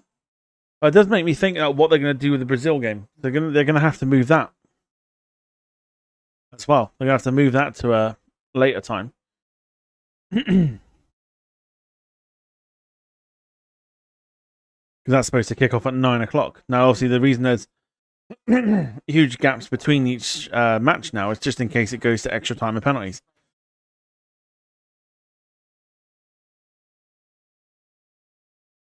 So if England does kick off at 7, Brazil's meant to kick off at 9, which means chances are the Brazil game starts at 11.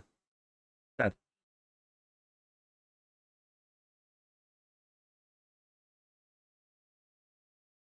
Oh, actually, hang on.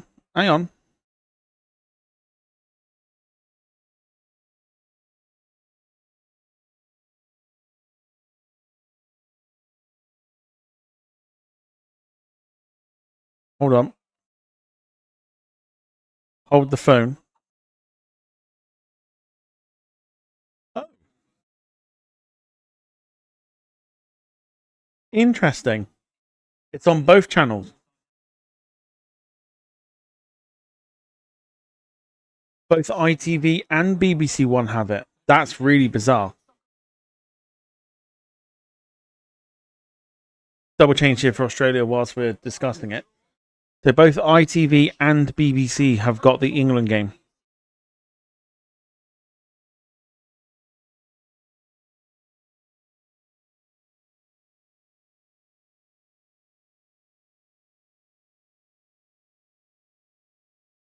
I don't know. I don't know. Very rare that both channels have a game so early on in the tournament.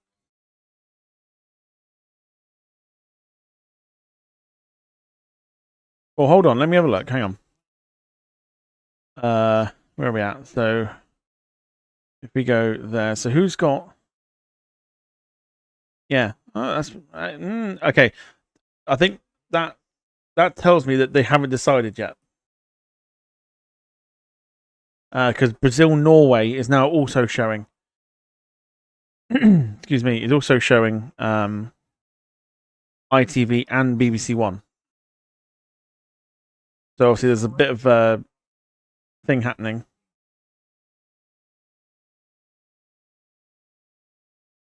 What I can tell you though is tomorrow night's game that we're watching, Canada against Canada against Morocco, is on ITV.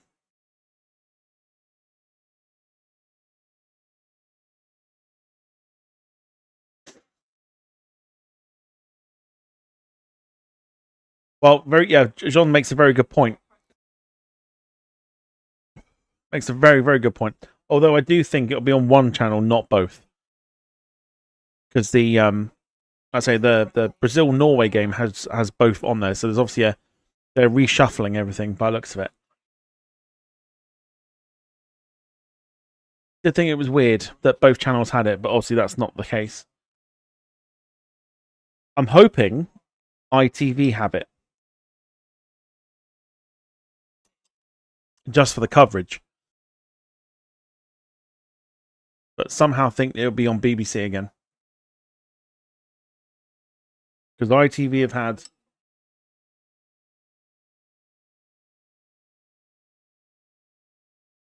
Is it 2 games each they've had now?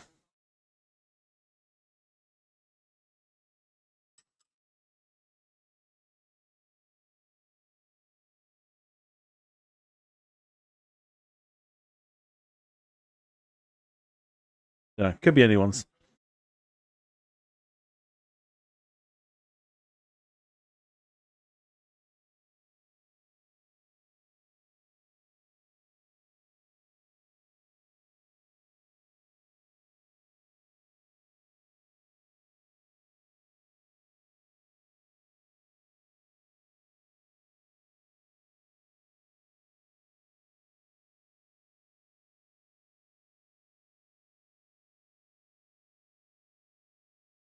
So originally, just by looking at it, originally it was the Mexico England game was supposed to be on BBC.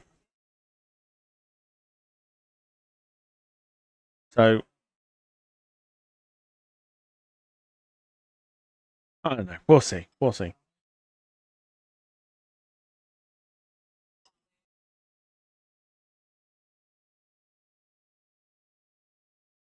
It's Irvine for Australia.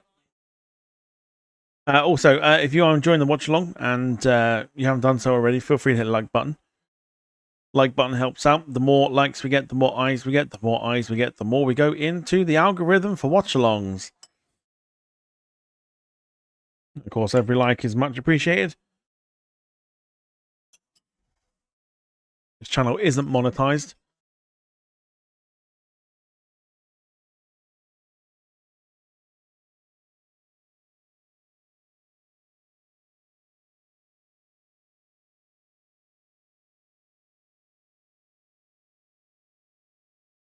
So a like is free of charge. He injured himself or?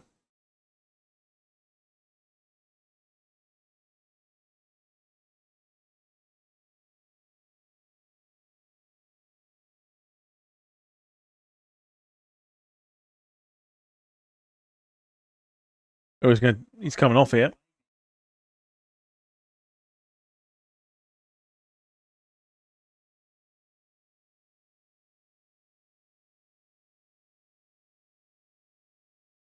Yeah, he's coming off here.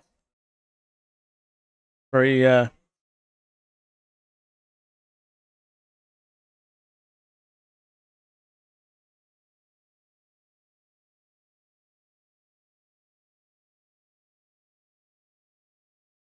yeah, he's even put it out himself. He's done something.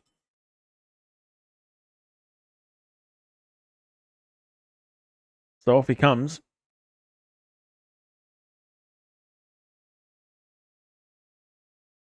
And Aston Villa fans will know all about this guy coming on, Trezeguet. Same name as the, oh sorry, same last name as the French striking legend David Trezeguet. No relation, obviously.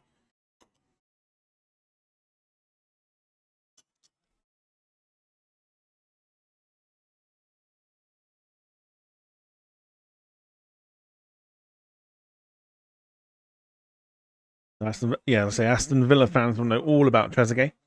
But a little bit of time with Villa.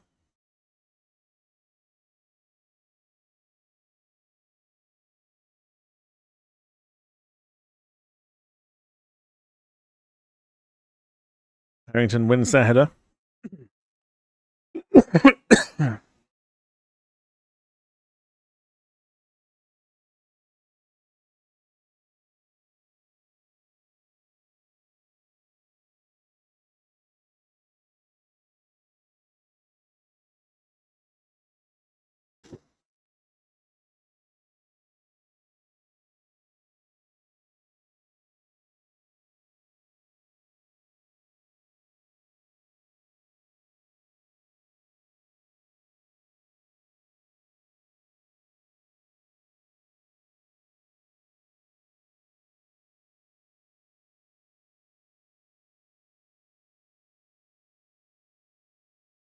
Ball goes in.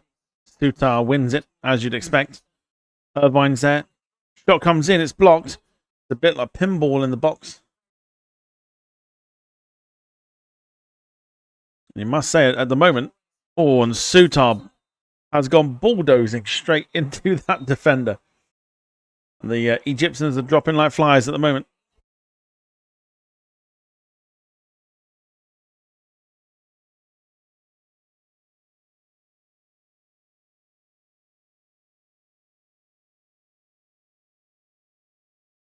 Oh dear. Absolutely flattened him. Oh.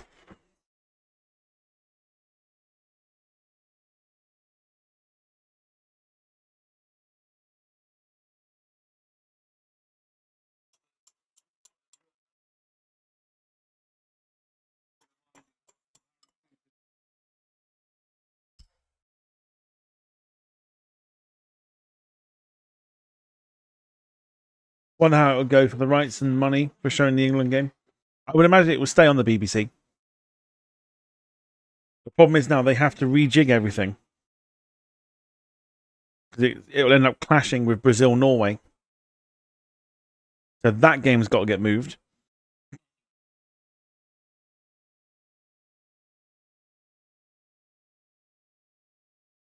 It's a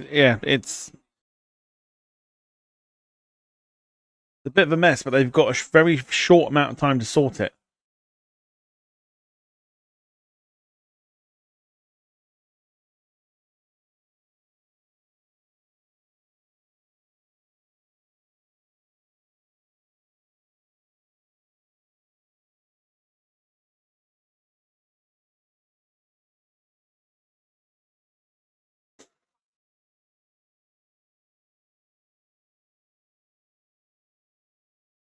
So we are 7 minutes plus injury time away from extra time.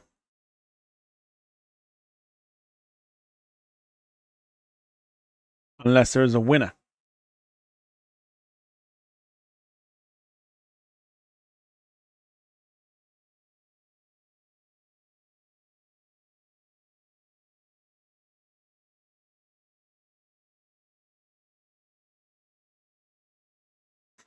I think Australia have definitely been a lot better in the second half. They've looked the likelier to score, but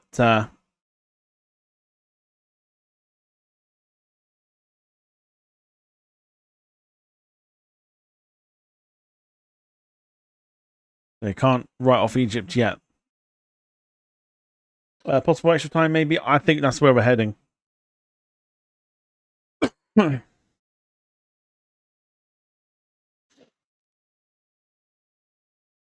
think that's where we're heading. Is 2 extra time.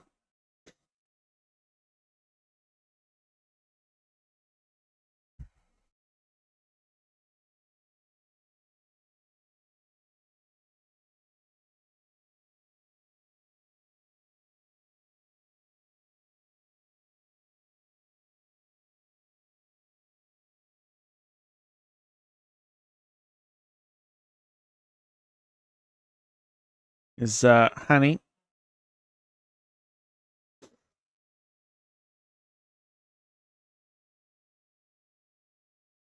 whips a ball in. Nobody there though. Ashur leaves it.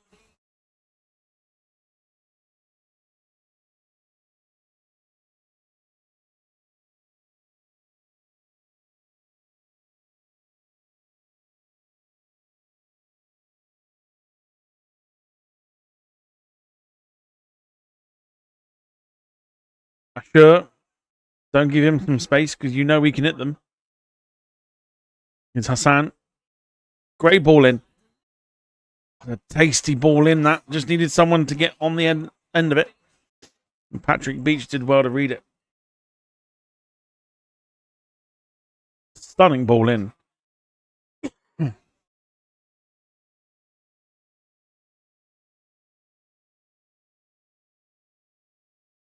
Here he is again, Hassan. Beautiful ball. Trezeguet just couldn't do anything with it. Carl just noticed my t-shirt. Do you like it? Rolling Stones. Hang on, where's it there? That's it there.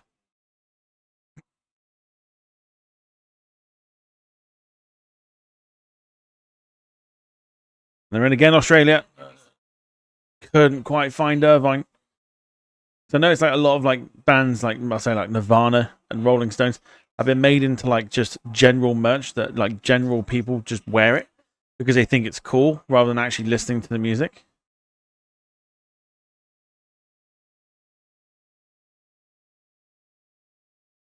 It's like I love Nirvana and I quite like the Rolling Stones, which is why I bought it.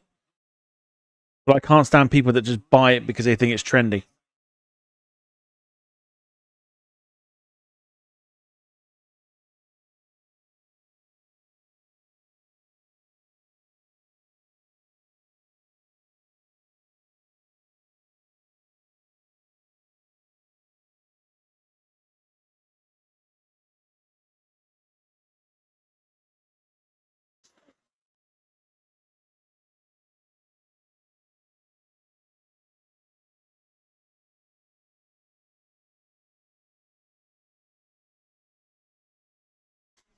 Irvine's header.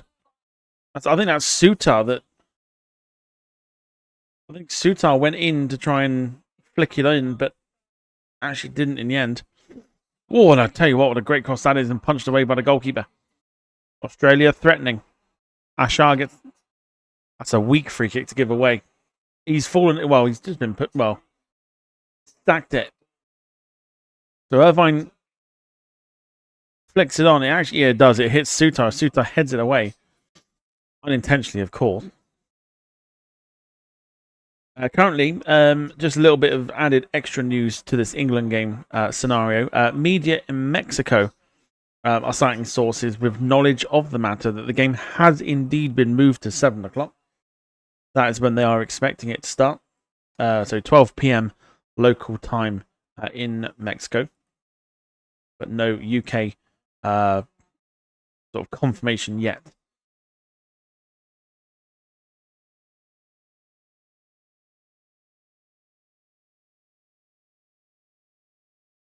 Have I seen the larger logo ones? I think I have.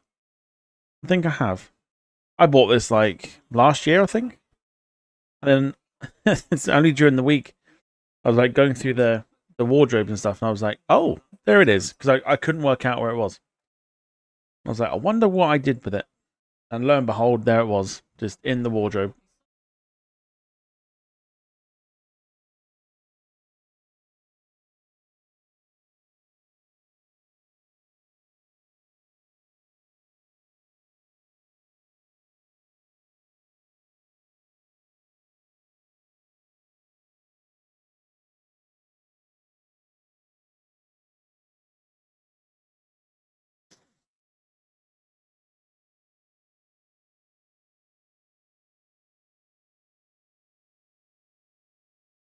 So, getting close to extra time. About to find out how much injury time will be added on here. Finley says, oh no, just come back. Why could the next England game be moved to Sunday night? Moved on Sunday night to 7 o'clock. Because I think you have to go to bed, which means you'll miss it. That's why they moved it to 7 o'clock.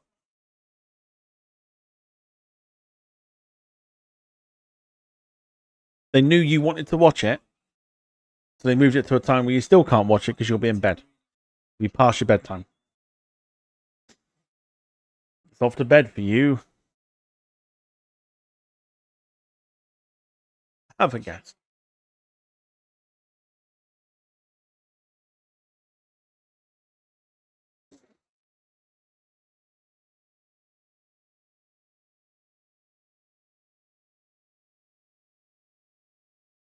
.5 minutes of injury time.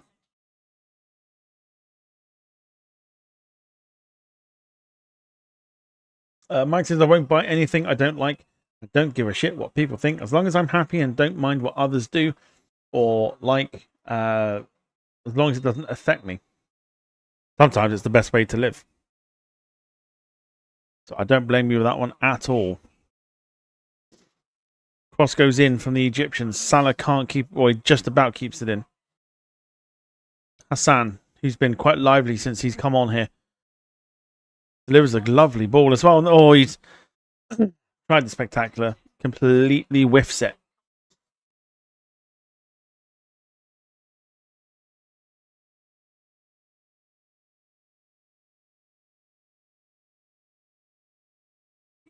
But at least because we're at a relatively decent time, it won't be too late for us tonight for extra time.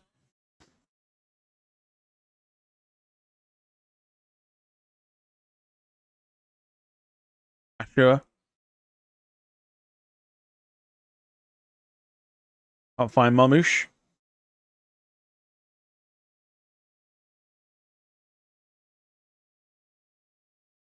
Getting closer.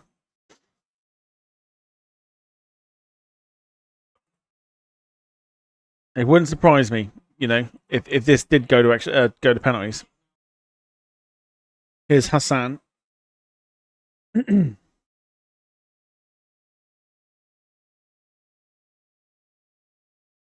a good ball in. Well, it's not too bad. He has been very lively since he's come on here, Hassan. Surprised he didn't start from the beginning.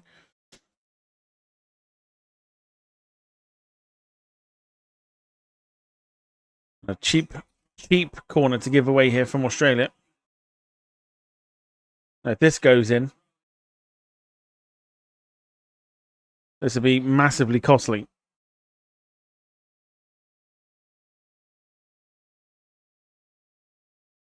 Well, Salah to take the corner.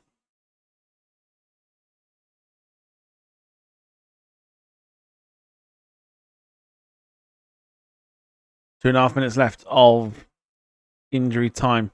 Plenty of time for a winner. Headed away by Suter. Well, up and under from Suter. Cleared away by Irvine. Salah. Whips it in first time. It's a great ball from Salah. And there's the header. And what a save that is. Oh, what a save from Patrick Beach.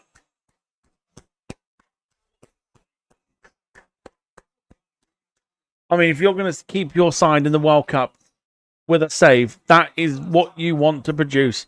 What a save. Corner goes in. Salah's there.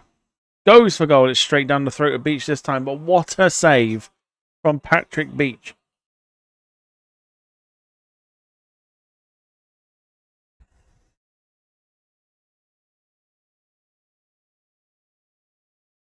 Oh, the brilliant stop. Absolutely brilliant stop.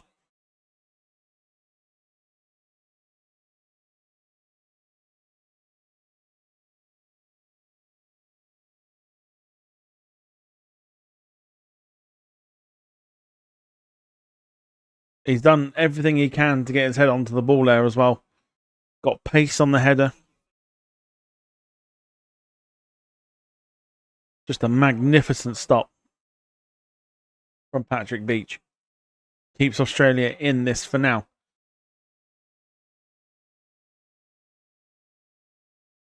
And what we have to also remember is that Mohamed Hani is still on the pitch after being knocked out earlier on in the game.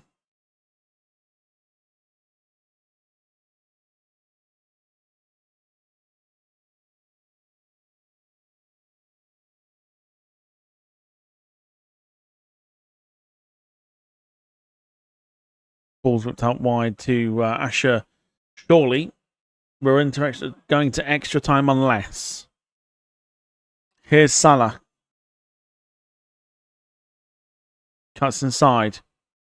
Lays it off to Hassan. And Suter's block.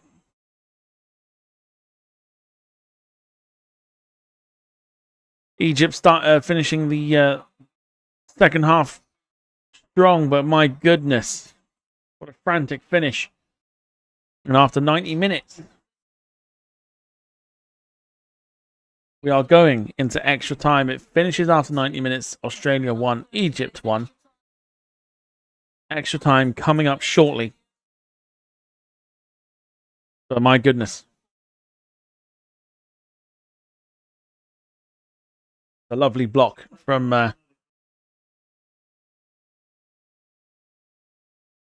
Harry Suter, but I mean, it's off the knee of Harry Suter. More to the point.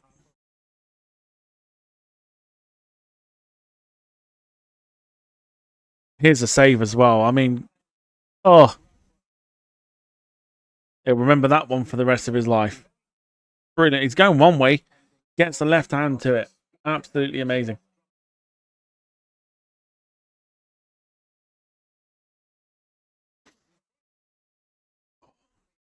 Good hand. Good hand indeed.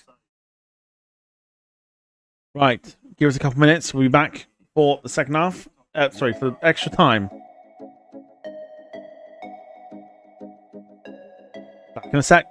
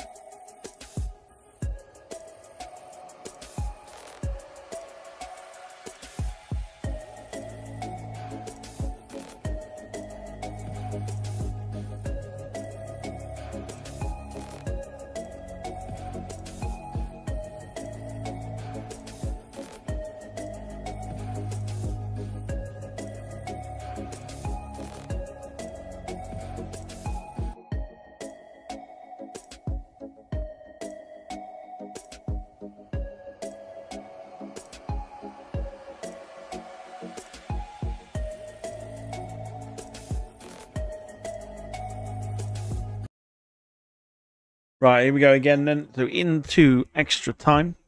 Håkon Engstler coming on for Australia. You'll have seen, I've just posted into the chat for some breaking news. Rumours from ESPN that Brazil and Norway will be moved on Sunday night to 10 p.m. to cater for the fact that England and Mexico will be moving to 7 p.m. Still, it feels quite tight, that. In case that goes to penalties, it feels quite tight. That is what we are expecting as the first half of extra time gets off and underway.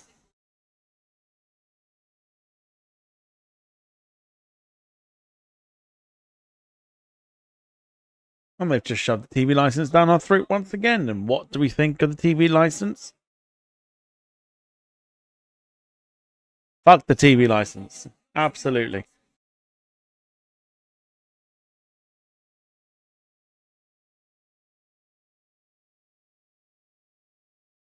So there you go. So I am keeping an eye on all the news that's coming through. And we'll bring it to you as and when I get it.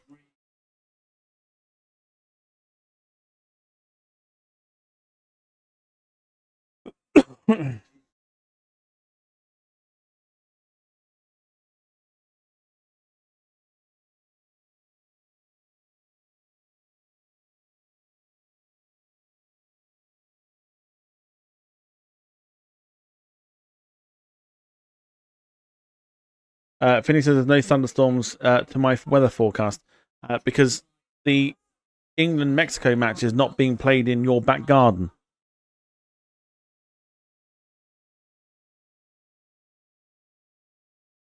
That might be why.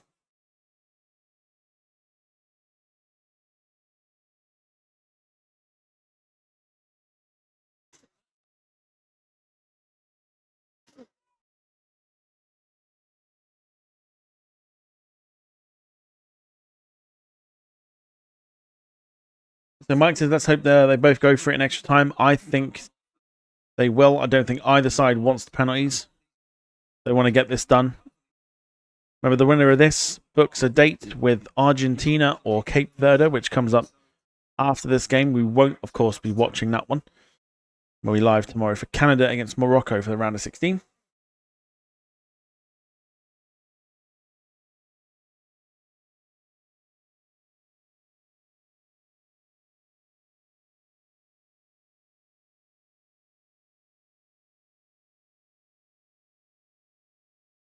Then why is it saying Brazil versus Norway could be delayed as well?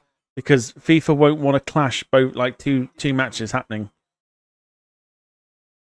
Oh, and Salah puts it over the bar.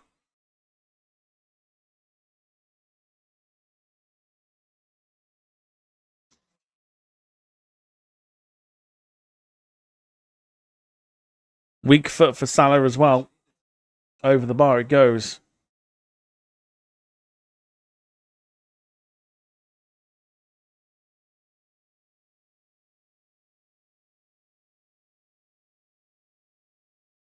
But in hindsight, it's more a case of whether the England game goes to penalties or not, and then it'll clash. So that's why. That's why they're moving the Brazil Norway game.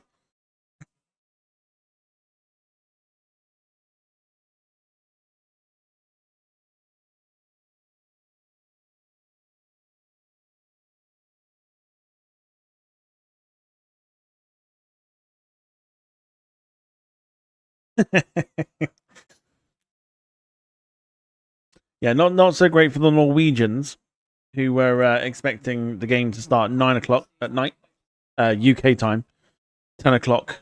I imagine it's an hour in front, so 10 o'clock Norwegian time. But now the game is looking likely to start at 11 o'clock Norwegian time instead.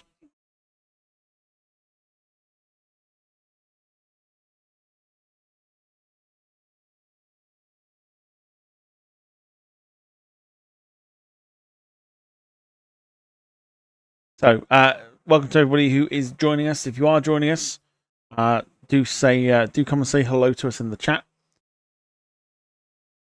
We are a friendly bunch.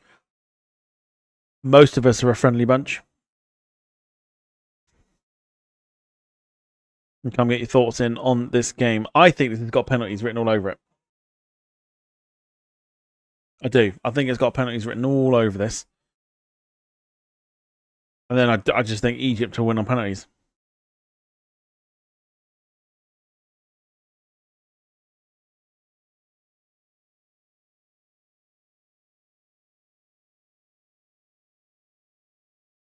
Here's Hassan.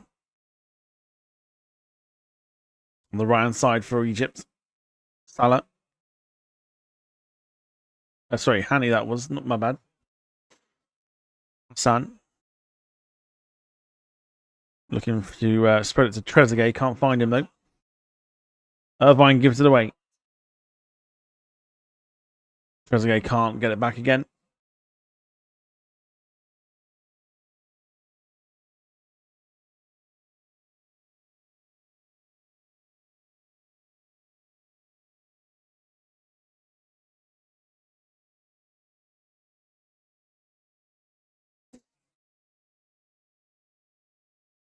This is going to be interesting because what if Australia score to not into penalties? If that happens, Australia go through. They win the game.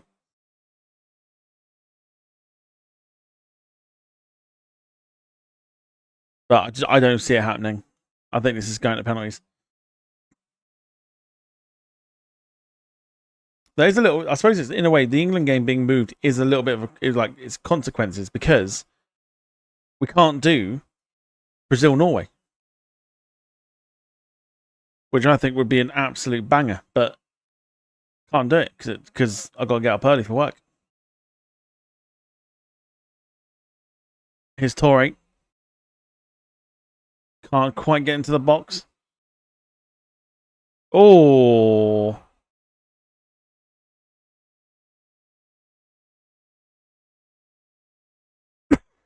But Hitch has run into him. Oh, yeah. Oh, Hani.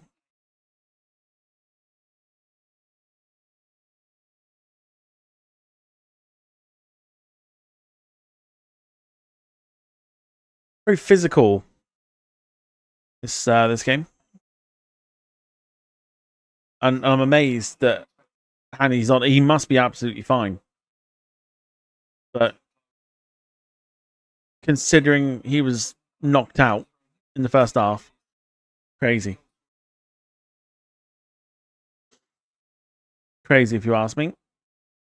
But he must be deemed fine to carry on.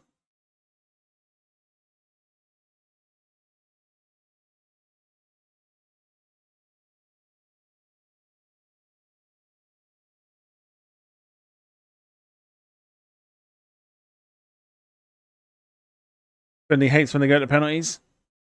I don't think anyone likes penalties unless your team's not involved. If your team's not involved in the penalties, I think it's fine.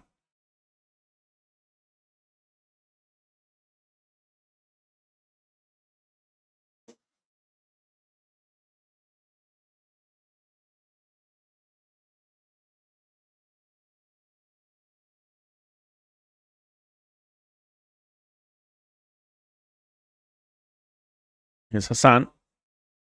Again, beats his man, but the cross is a really poor one.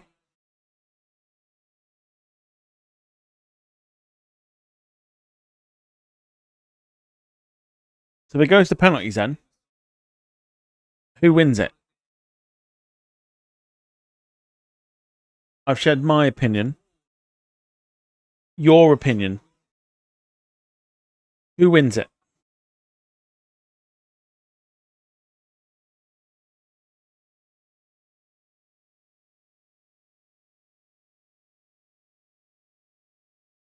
Salah. Cleared away.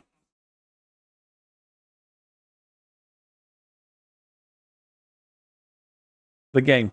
If it goes to penalties, who wins it?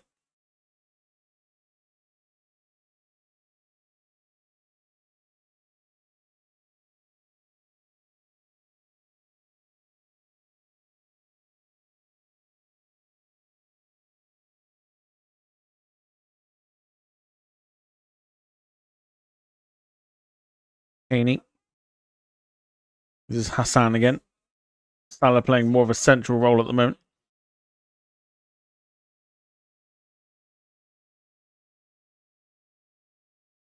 Ball goes in.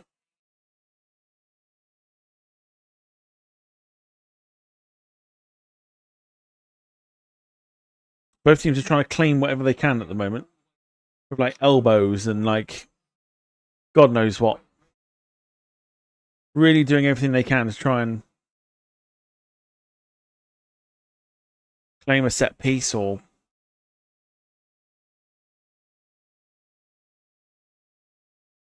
that looks a little bit like a foul throw to me. 5 minutes to go. Plus the small amount of injury time to add on. And free kick here to Egypt. Foul on Asher.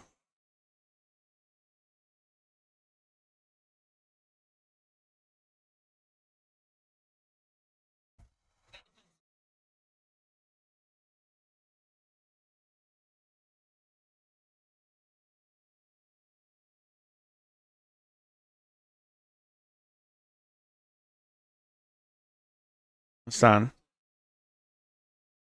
Heaney. Couldn't find Salah.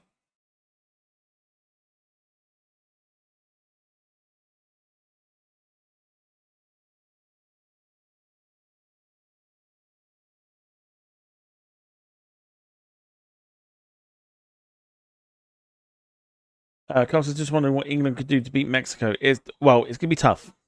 There was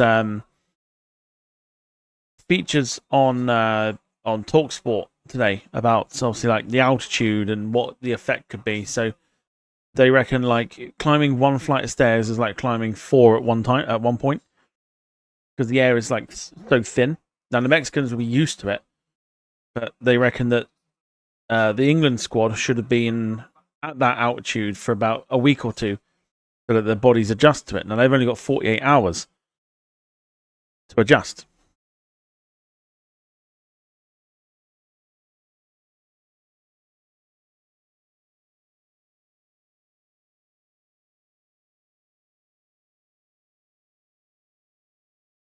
No, that's right.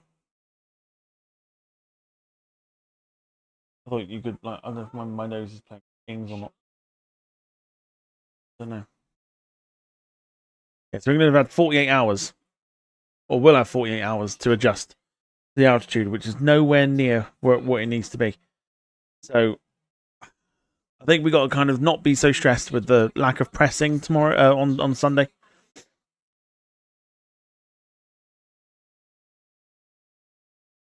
You have to conserve their energy and conserve it well. So it's going to be tough. It's going to be tough.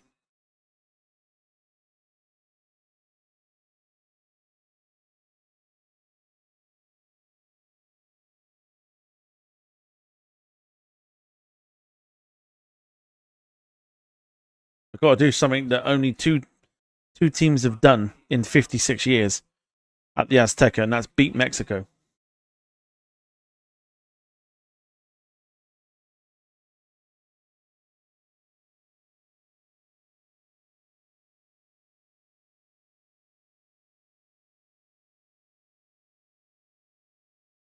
Mike says, I think the Aussies may win the penalties. The Egyptians may have more maybe more nervy and feel the pressure more. It's weird. As I asked the question, a scenario popped into my head where Australia win and Salah misses a penalty. I don't know what the odds are for it, but it might have just had it come into my head just now where Australia win the penalty shootout, Salah misses his penalty.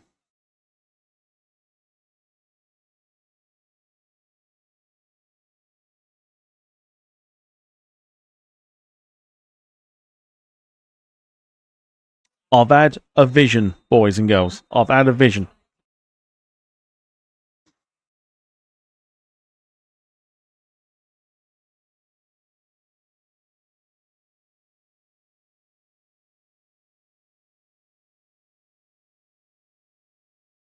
Okay. Yellow cards are Hassan.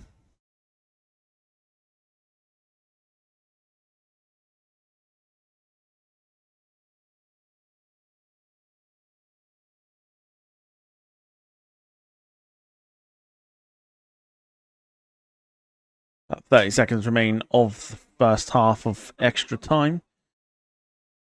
Still not convinced that this is going to be one in the 120 minutes.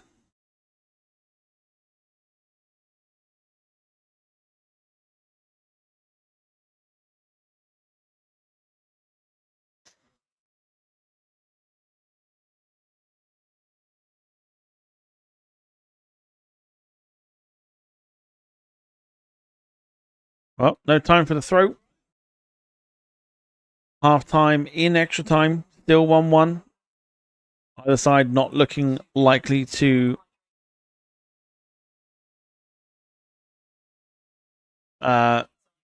break the deadlock. A change coming up here as well.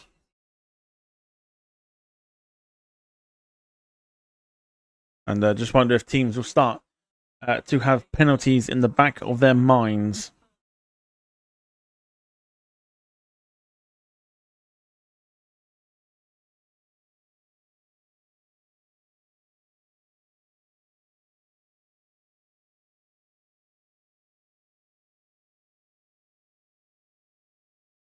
Omar Mamusha's gone off. I would have thought you kept him on for the penalties. But obviously not.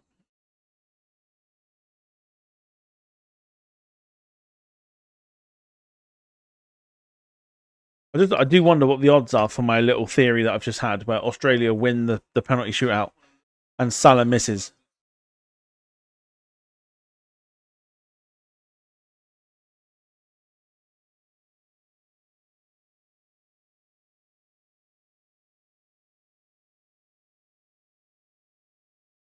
I've not used a betting site for a while.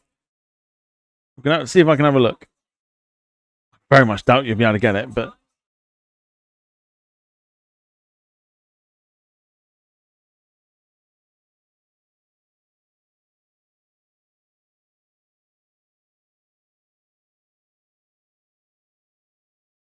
so I can't do it at the moment.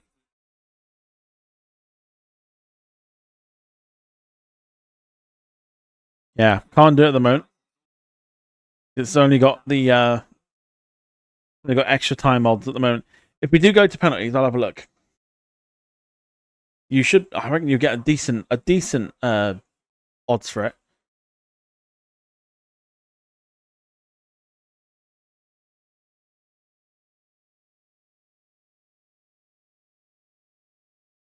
Second half off and underway then. 15 minutes until penalties. Do think we're getting there though. I will have a look. If it does go to penalties, I'll have a look and see if I can get the odds.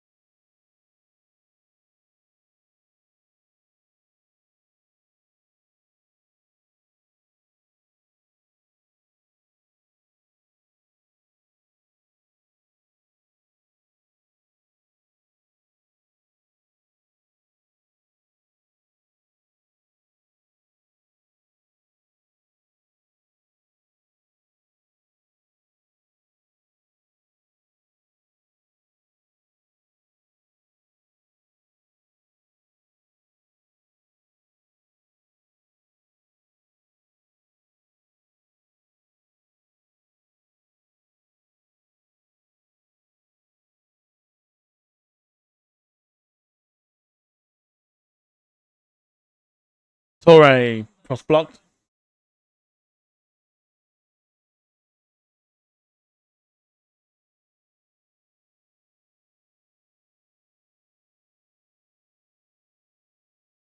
Where's the peanut butter? I'm trying to find it.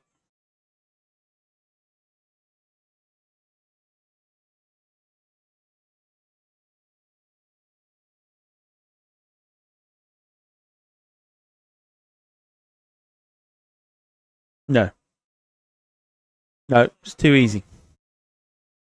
Too easy.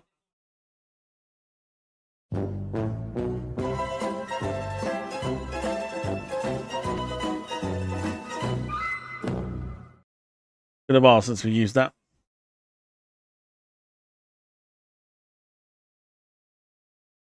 Here come Egypt.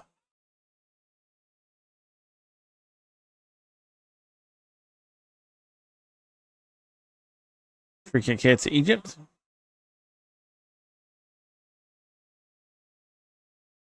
Listen, when I gotta use it, I gotta use it. I'm not sure why I would know where the peanut butter was.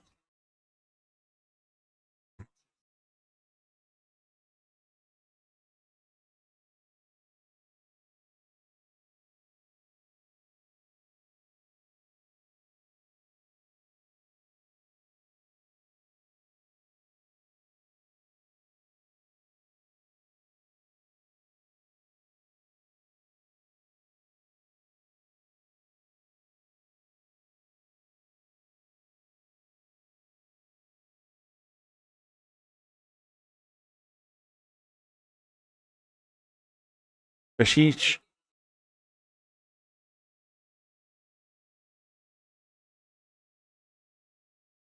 Egypt looking to the counter. That's Harrington. Rolling ball goes back. Where'd you find the peanut butter? Was it in the cupboard?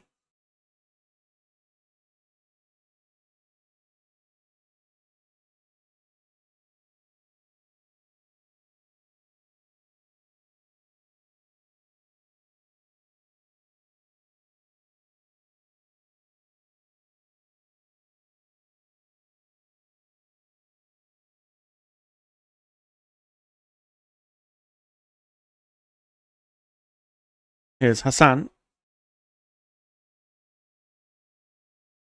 He's looking to try and make things happen.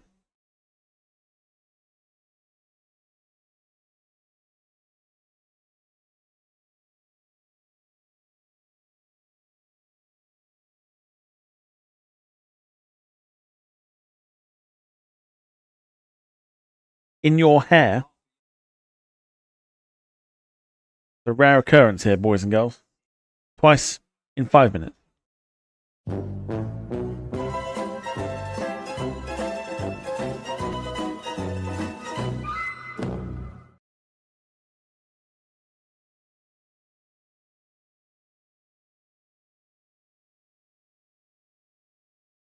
Hassan.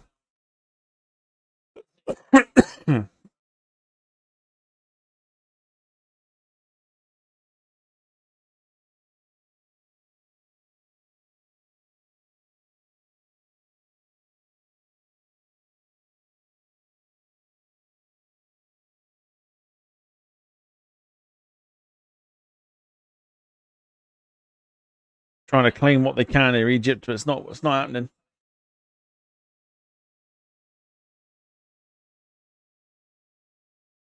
Ashur. Salah. Ashur. Oh, and Sutar's there again to get his head to it.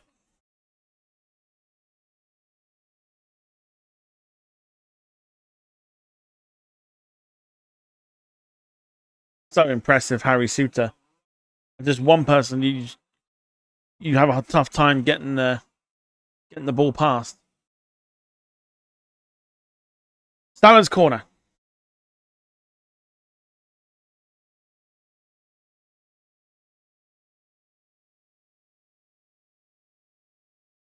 Hassan keeps it in. Goes for a corner. Egypt piling on the pressure. Taking the corner quickly, Salah. Flicked on. Comes to nothing in the end. Drilling goal kick. I'm not even timed out. I mean, if you want to be, just say the word and we'll make it happen for you. It's on target from Masher.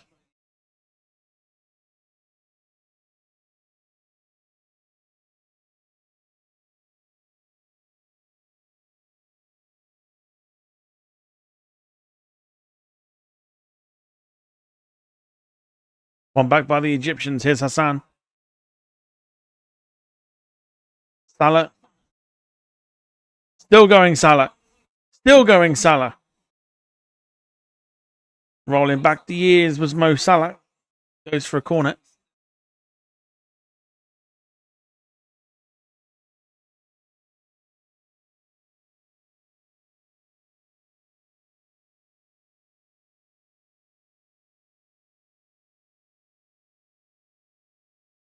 Corner's a really poor one from Salah.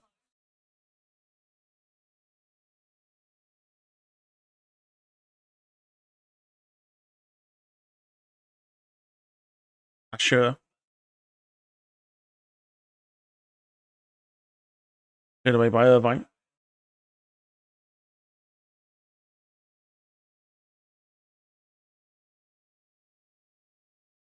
Irvine just slowing the play down.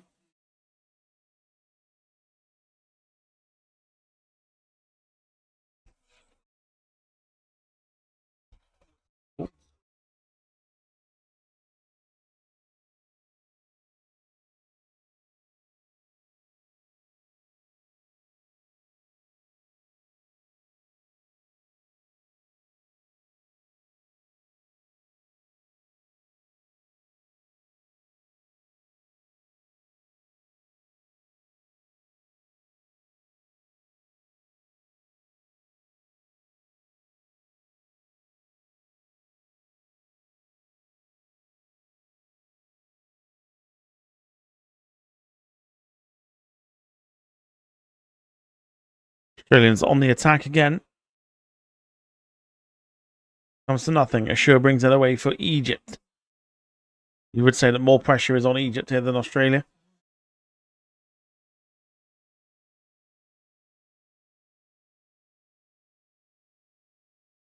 Hassan. He's done brilliantly. Another brilliant tackle from the Australian defence. He's been such a live wire since coming on, Hassan. Matthew Upson must be listening to the channel. He's used my exact words.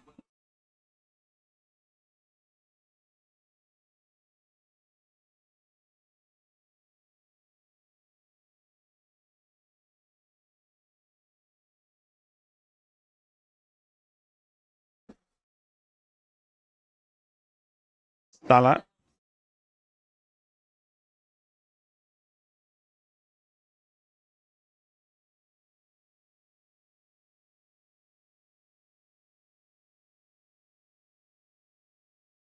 There it goes. Flicked on.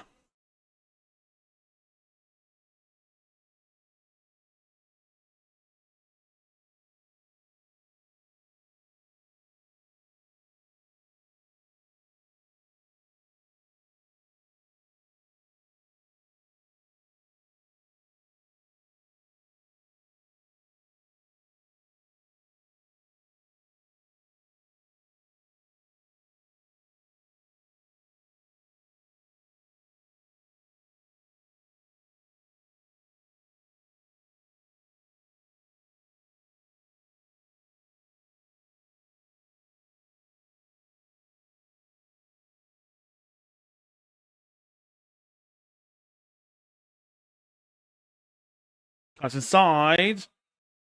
Free kick in a dangerous spot for the Australians.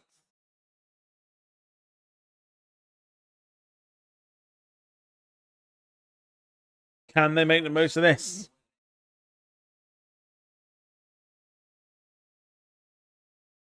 Could be us on Sunday.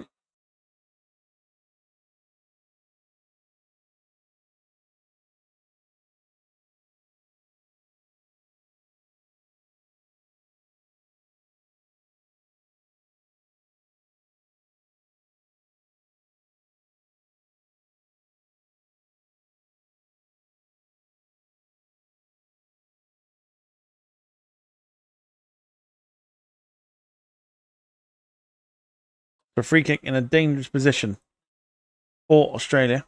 With a few minutes to go before we go to penalties.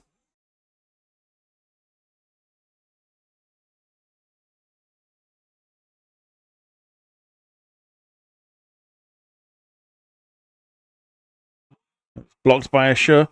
He felt that one.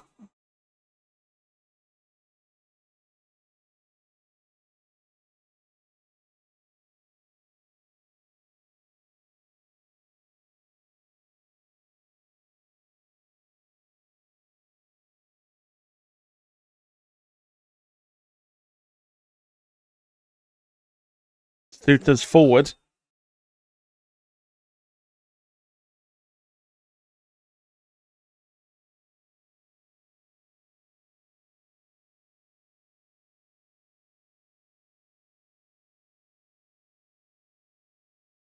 Something's... That's the change, I think. Goalkeeper. Hello.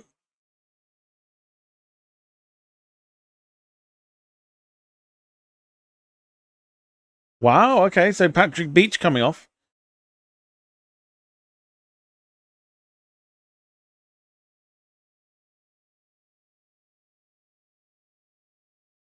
Matt Ryan. One time Brighton, one time Arsenal. They've subbed the goalkeeper.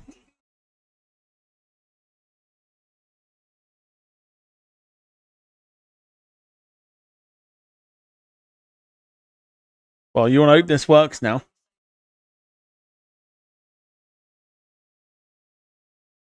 You want to hope this works because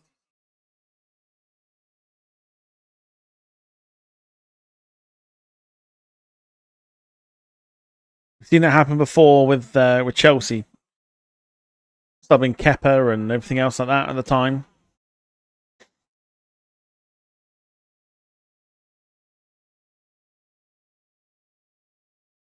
Can I do the next England game with Rob Brown if it's delayed? The answer to that is probably no, and I say no because well, Rob's Scottish,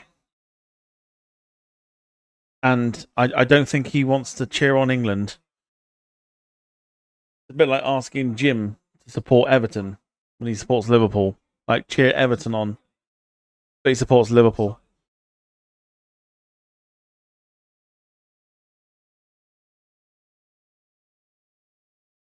So 1 minute of injury time by the looks of it. Add on before we go to penalties.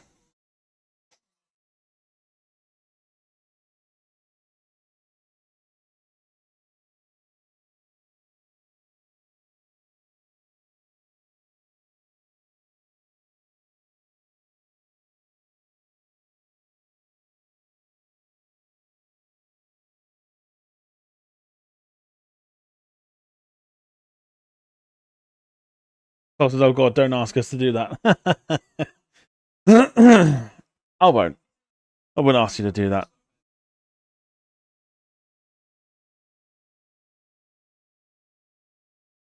So, first time watching penalties as it stands on stream. Got the free kick to take first. Whipped in, looking for Suter. Oh, and it's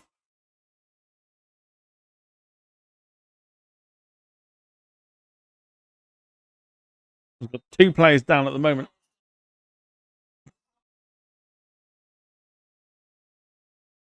Jim is safe then. Jim's always safe. I wouldn't ask Jim to do that.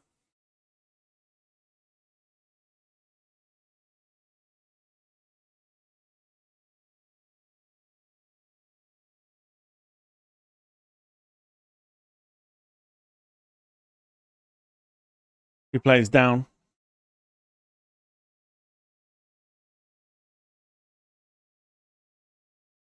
Oh, well, okay.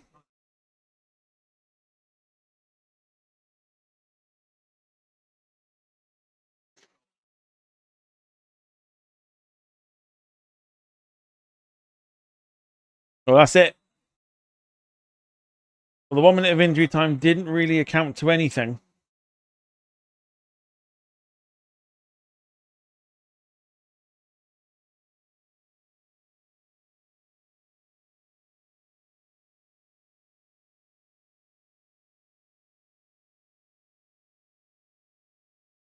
So penalty shootout time. Now, I've got the option of Because the score thing I've got here doesn't have it.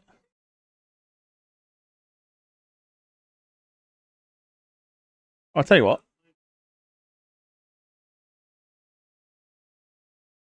Hold on. Hold on. Hold on. Hold the phone, everybody.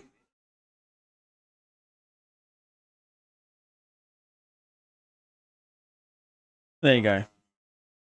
So you see, just where is it? About here. We'll use that as the aggregate score. That's the aggregate score. How do I? Oh, there we go.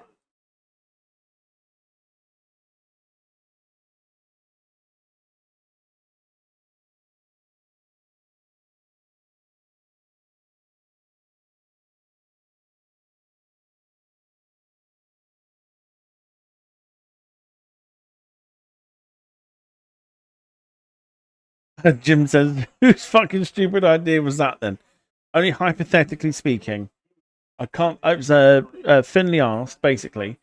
He said, "Can you do the next England game with Rob Brown if it's delayed?" I was like, "Well, no, it's kind of like, it's like asking Rob to cheer on England. It'd be like asking Liverpool fans like Jim to support or cheer on Everton." Just more of a statement, if anything. Right. Let me have a look now and see.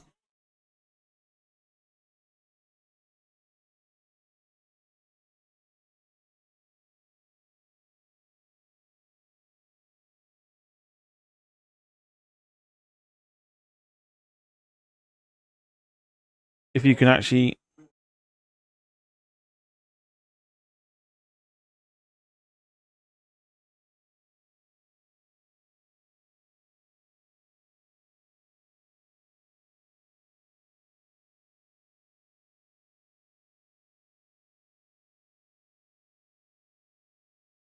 Oh, you can't. You can't select the players, which is crap. Rubbish. Rubbish.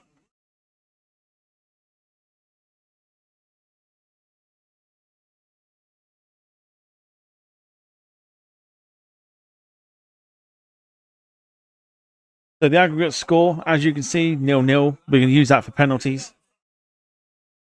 Left-hand side, Australia. Right-hand side, of course, Egypt. As we get ready for a penalty shootout. Just going to take a very quick, and I mean a very quick break to grab a drink, and we'll be back in time for the start of the second half. Give me 2 seconds to grab a drink. Back in a sec.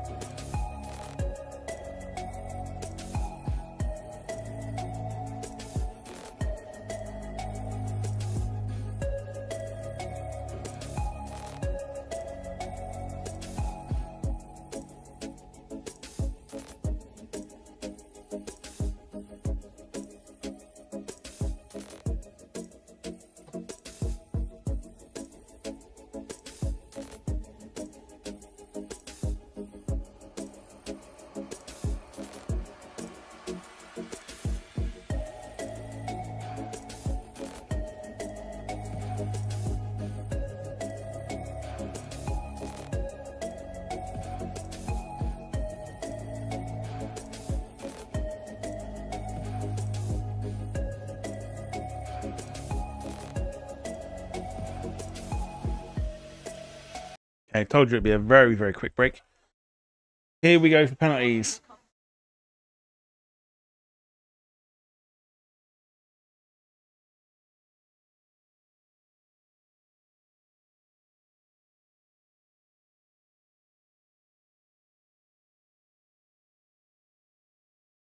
Mike says, has anyone noticed Tom's man flu is now gone? England are playing earlier.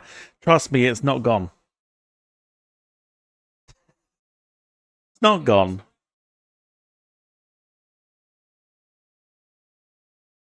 So Australia up first. The cheek. The cheek. Australia up first for the first penalty. Harry Suter up first.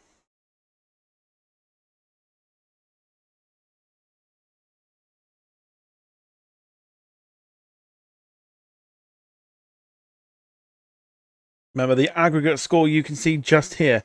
We'll keep track of all the penalties. It's currently obviously 0-0. Australia on the left and Egypt on the right-hand side. Harry Suter up first to make it 1-0. Lots of pressure on the first penalty, always is.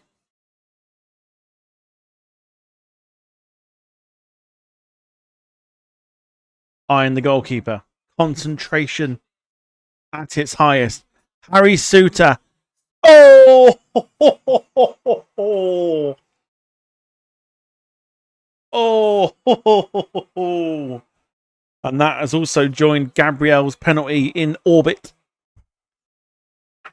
They've missed the first penalty.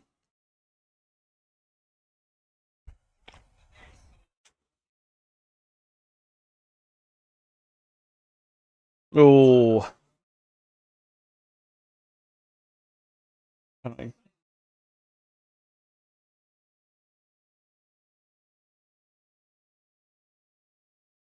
Dear, oh dear. Matt Ryan then brought on for Patrick Beach for the penalty shootout.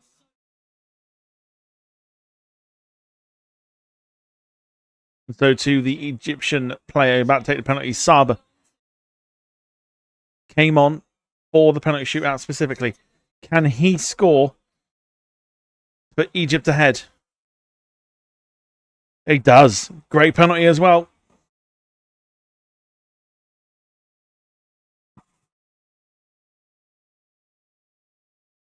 Matt Ryan went the right way. But he ain't saving it.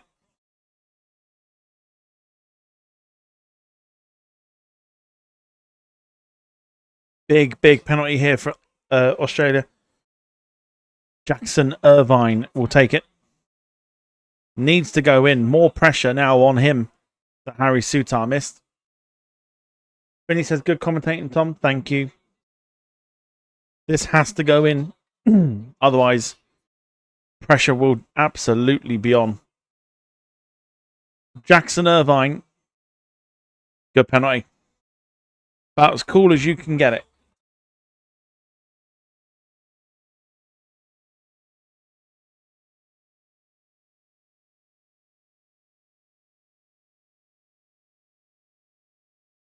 Got a blue tongue as well. Anybody notice that just then? Jackson Irvine's got a blue tongue.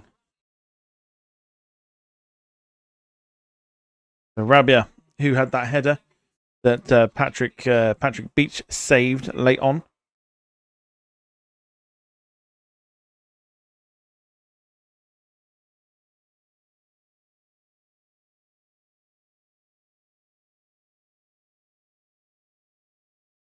Egypt to make it 2-1.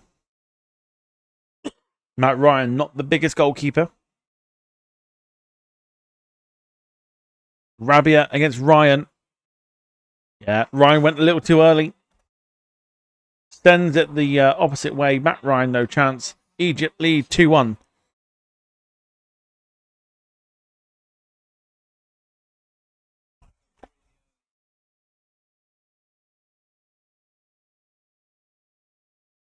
Helped out, I think, for the fact that Matt Ryan went early.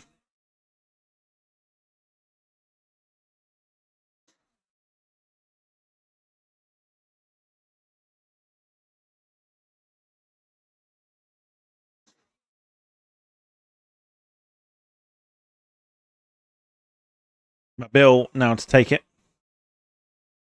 Pressure again on Australia. Has to score. Gemma, evening to you. Hope you're doing well.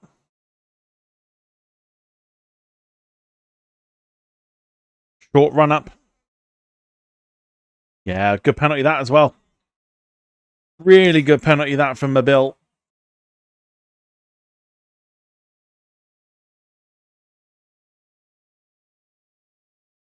Yeah, penalty shootout, Gemma. It's been alright. Game wise, it's been fine, but I think we all sort of read it was going to go to penalties. Mo Salah up next for Egypt. Wonder if my theory will come true, or part of my theory. Mo Salah. My thought process said that he misses. And Australia win the penalty shootout. If he misses, it makes half my prediction come true.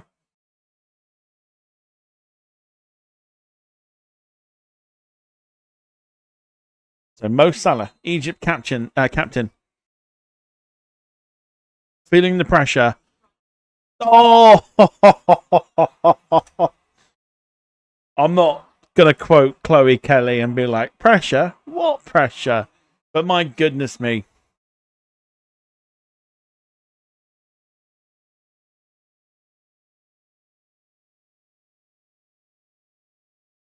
Oh, he just.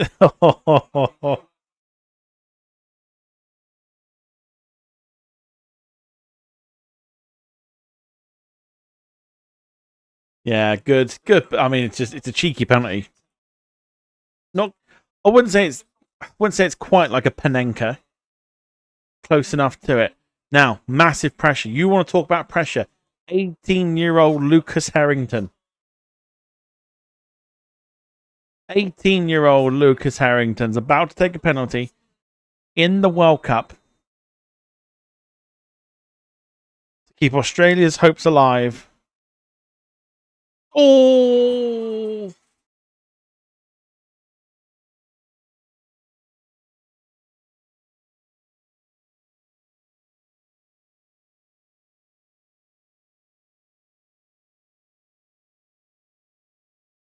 Oh, I feel so sorry for him.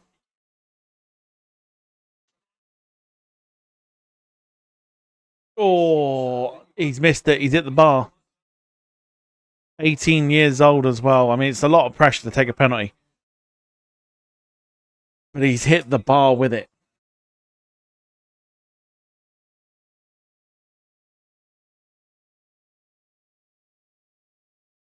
So Egypt are on the winning penalty. If they score this, it's all over.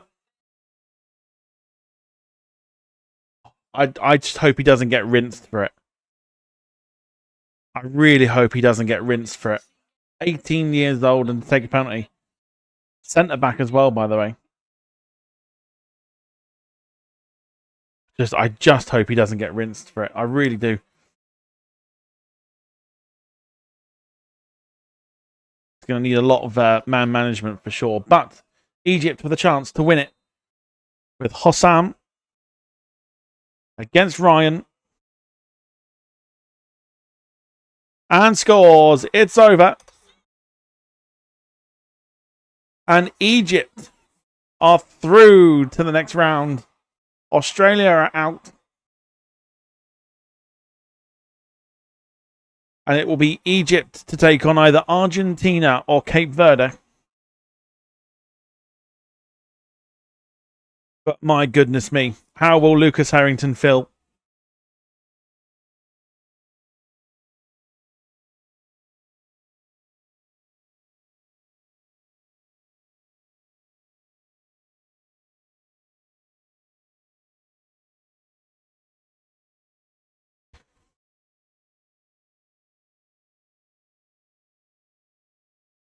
I mean, do you know what? My heart breaks for Lucas Harrington. Congratulations to Egypt. They will go through.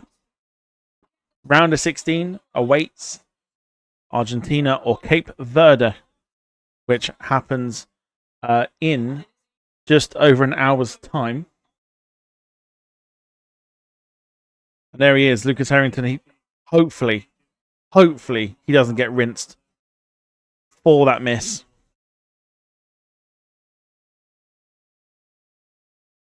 But Egypt are through. Australia out. Harry Suter as well, of course, missed the opening penalty. But There you go. Egypt through 4-2 on penalties after a 1-1 draw over 120 minutes. Mo Salah's run continues in the World Cup on what is likely to be his last appearance at the World Cup. And whilst it wasn't the most riveting game, there were moments, there were spells that Australia could have won it. There were moments and spells that Egypt could have won it.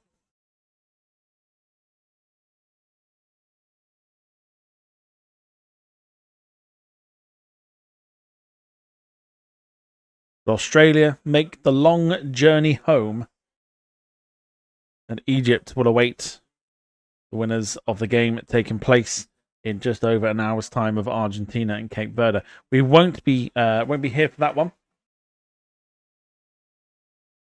John says, I hope for nothing, but knowing the social media, he might be skinned by some. I mean, I really hope not. I really hope not, because to ask an 18-year-old to take a penalty in a high-pressure moment in the World Cup, and for him to miss it is absolutely devastating. So I think it's down to the Australian coaches, the players, the more sort of senior players, to just sort of make sure that his head doesn't drop, and that he can obviously, get back. Hold his head up high. He played at a World Cup at 18. What were you doing when you were 18? By the way. So it's crazy, isn't it? It's crazy to think about what you were doing at the age of 18, and he was playing at a World Cup, and unfortunately missed the penalty. Yeah, crazy. We're back tomorrow from 5:30 tomorrow, I would say. I'm going to schedule it tomorrow, but 5:30 tomorrow for Canada against Morocco. As the round of 16 begins, Mo Salah is currently in tears of joy, I would have thought. Carl says when he was 16, he was sat in the pub getting pissed. I mean, there you go. That's the stark contrast of being in a pub. When you're 18. Stark contrast, isn't it? Sitting in a pub getting pissed, and then this guy's playing at a World Cup. So it is what it is, isn't it? So 5:30 tomorrow for Canada against Morocco, and we'll keep an eye on obviously social medias for any confirmation on the England game being moved to 7:00, which is obviously looking very, very likely to happen. There is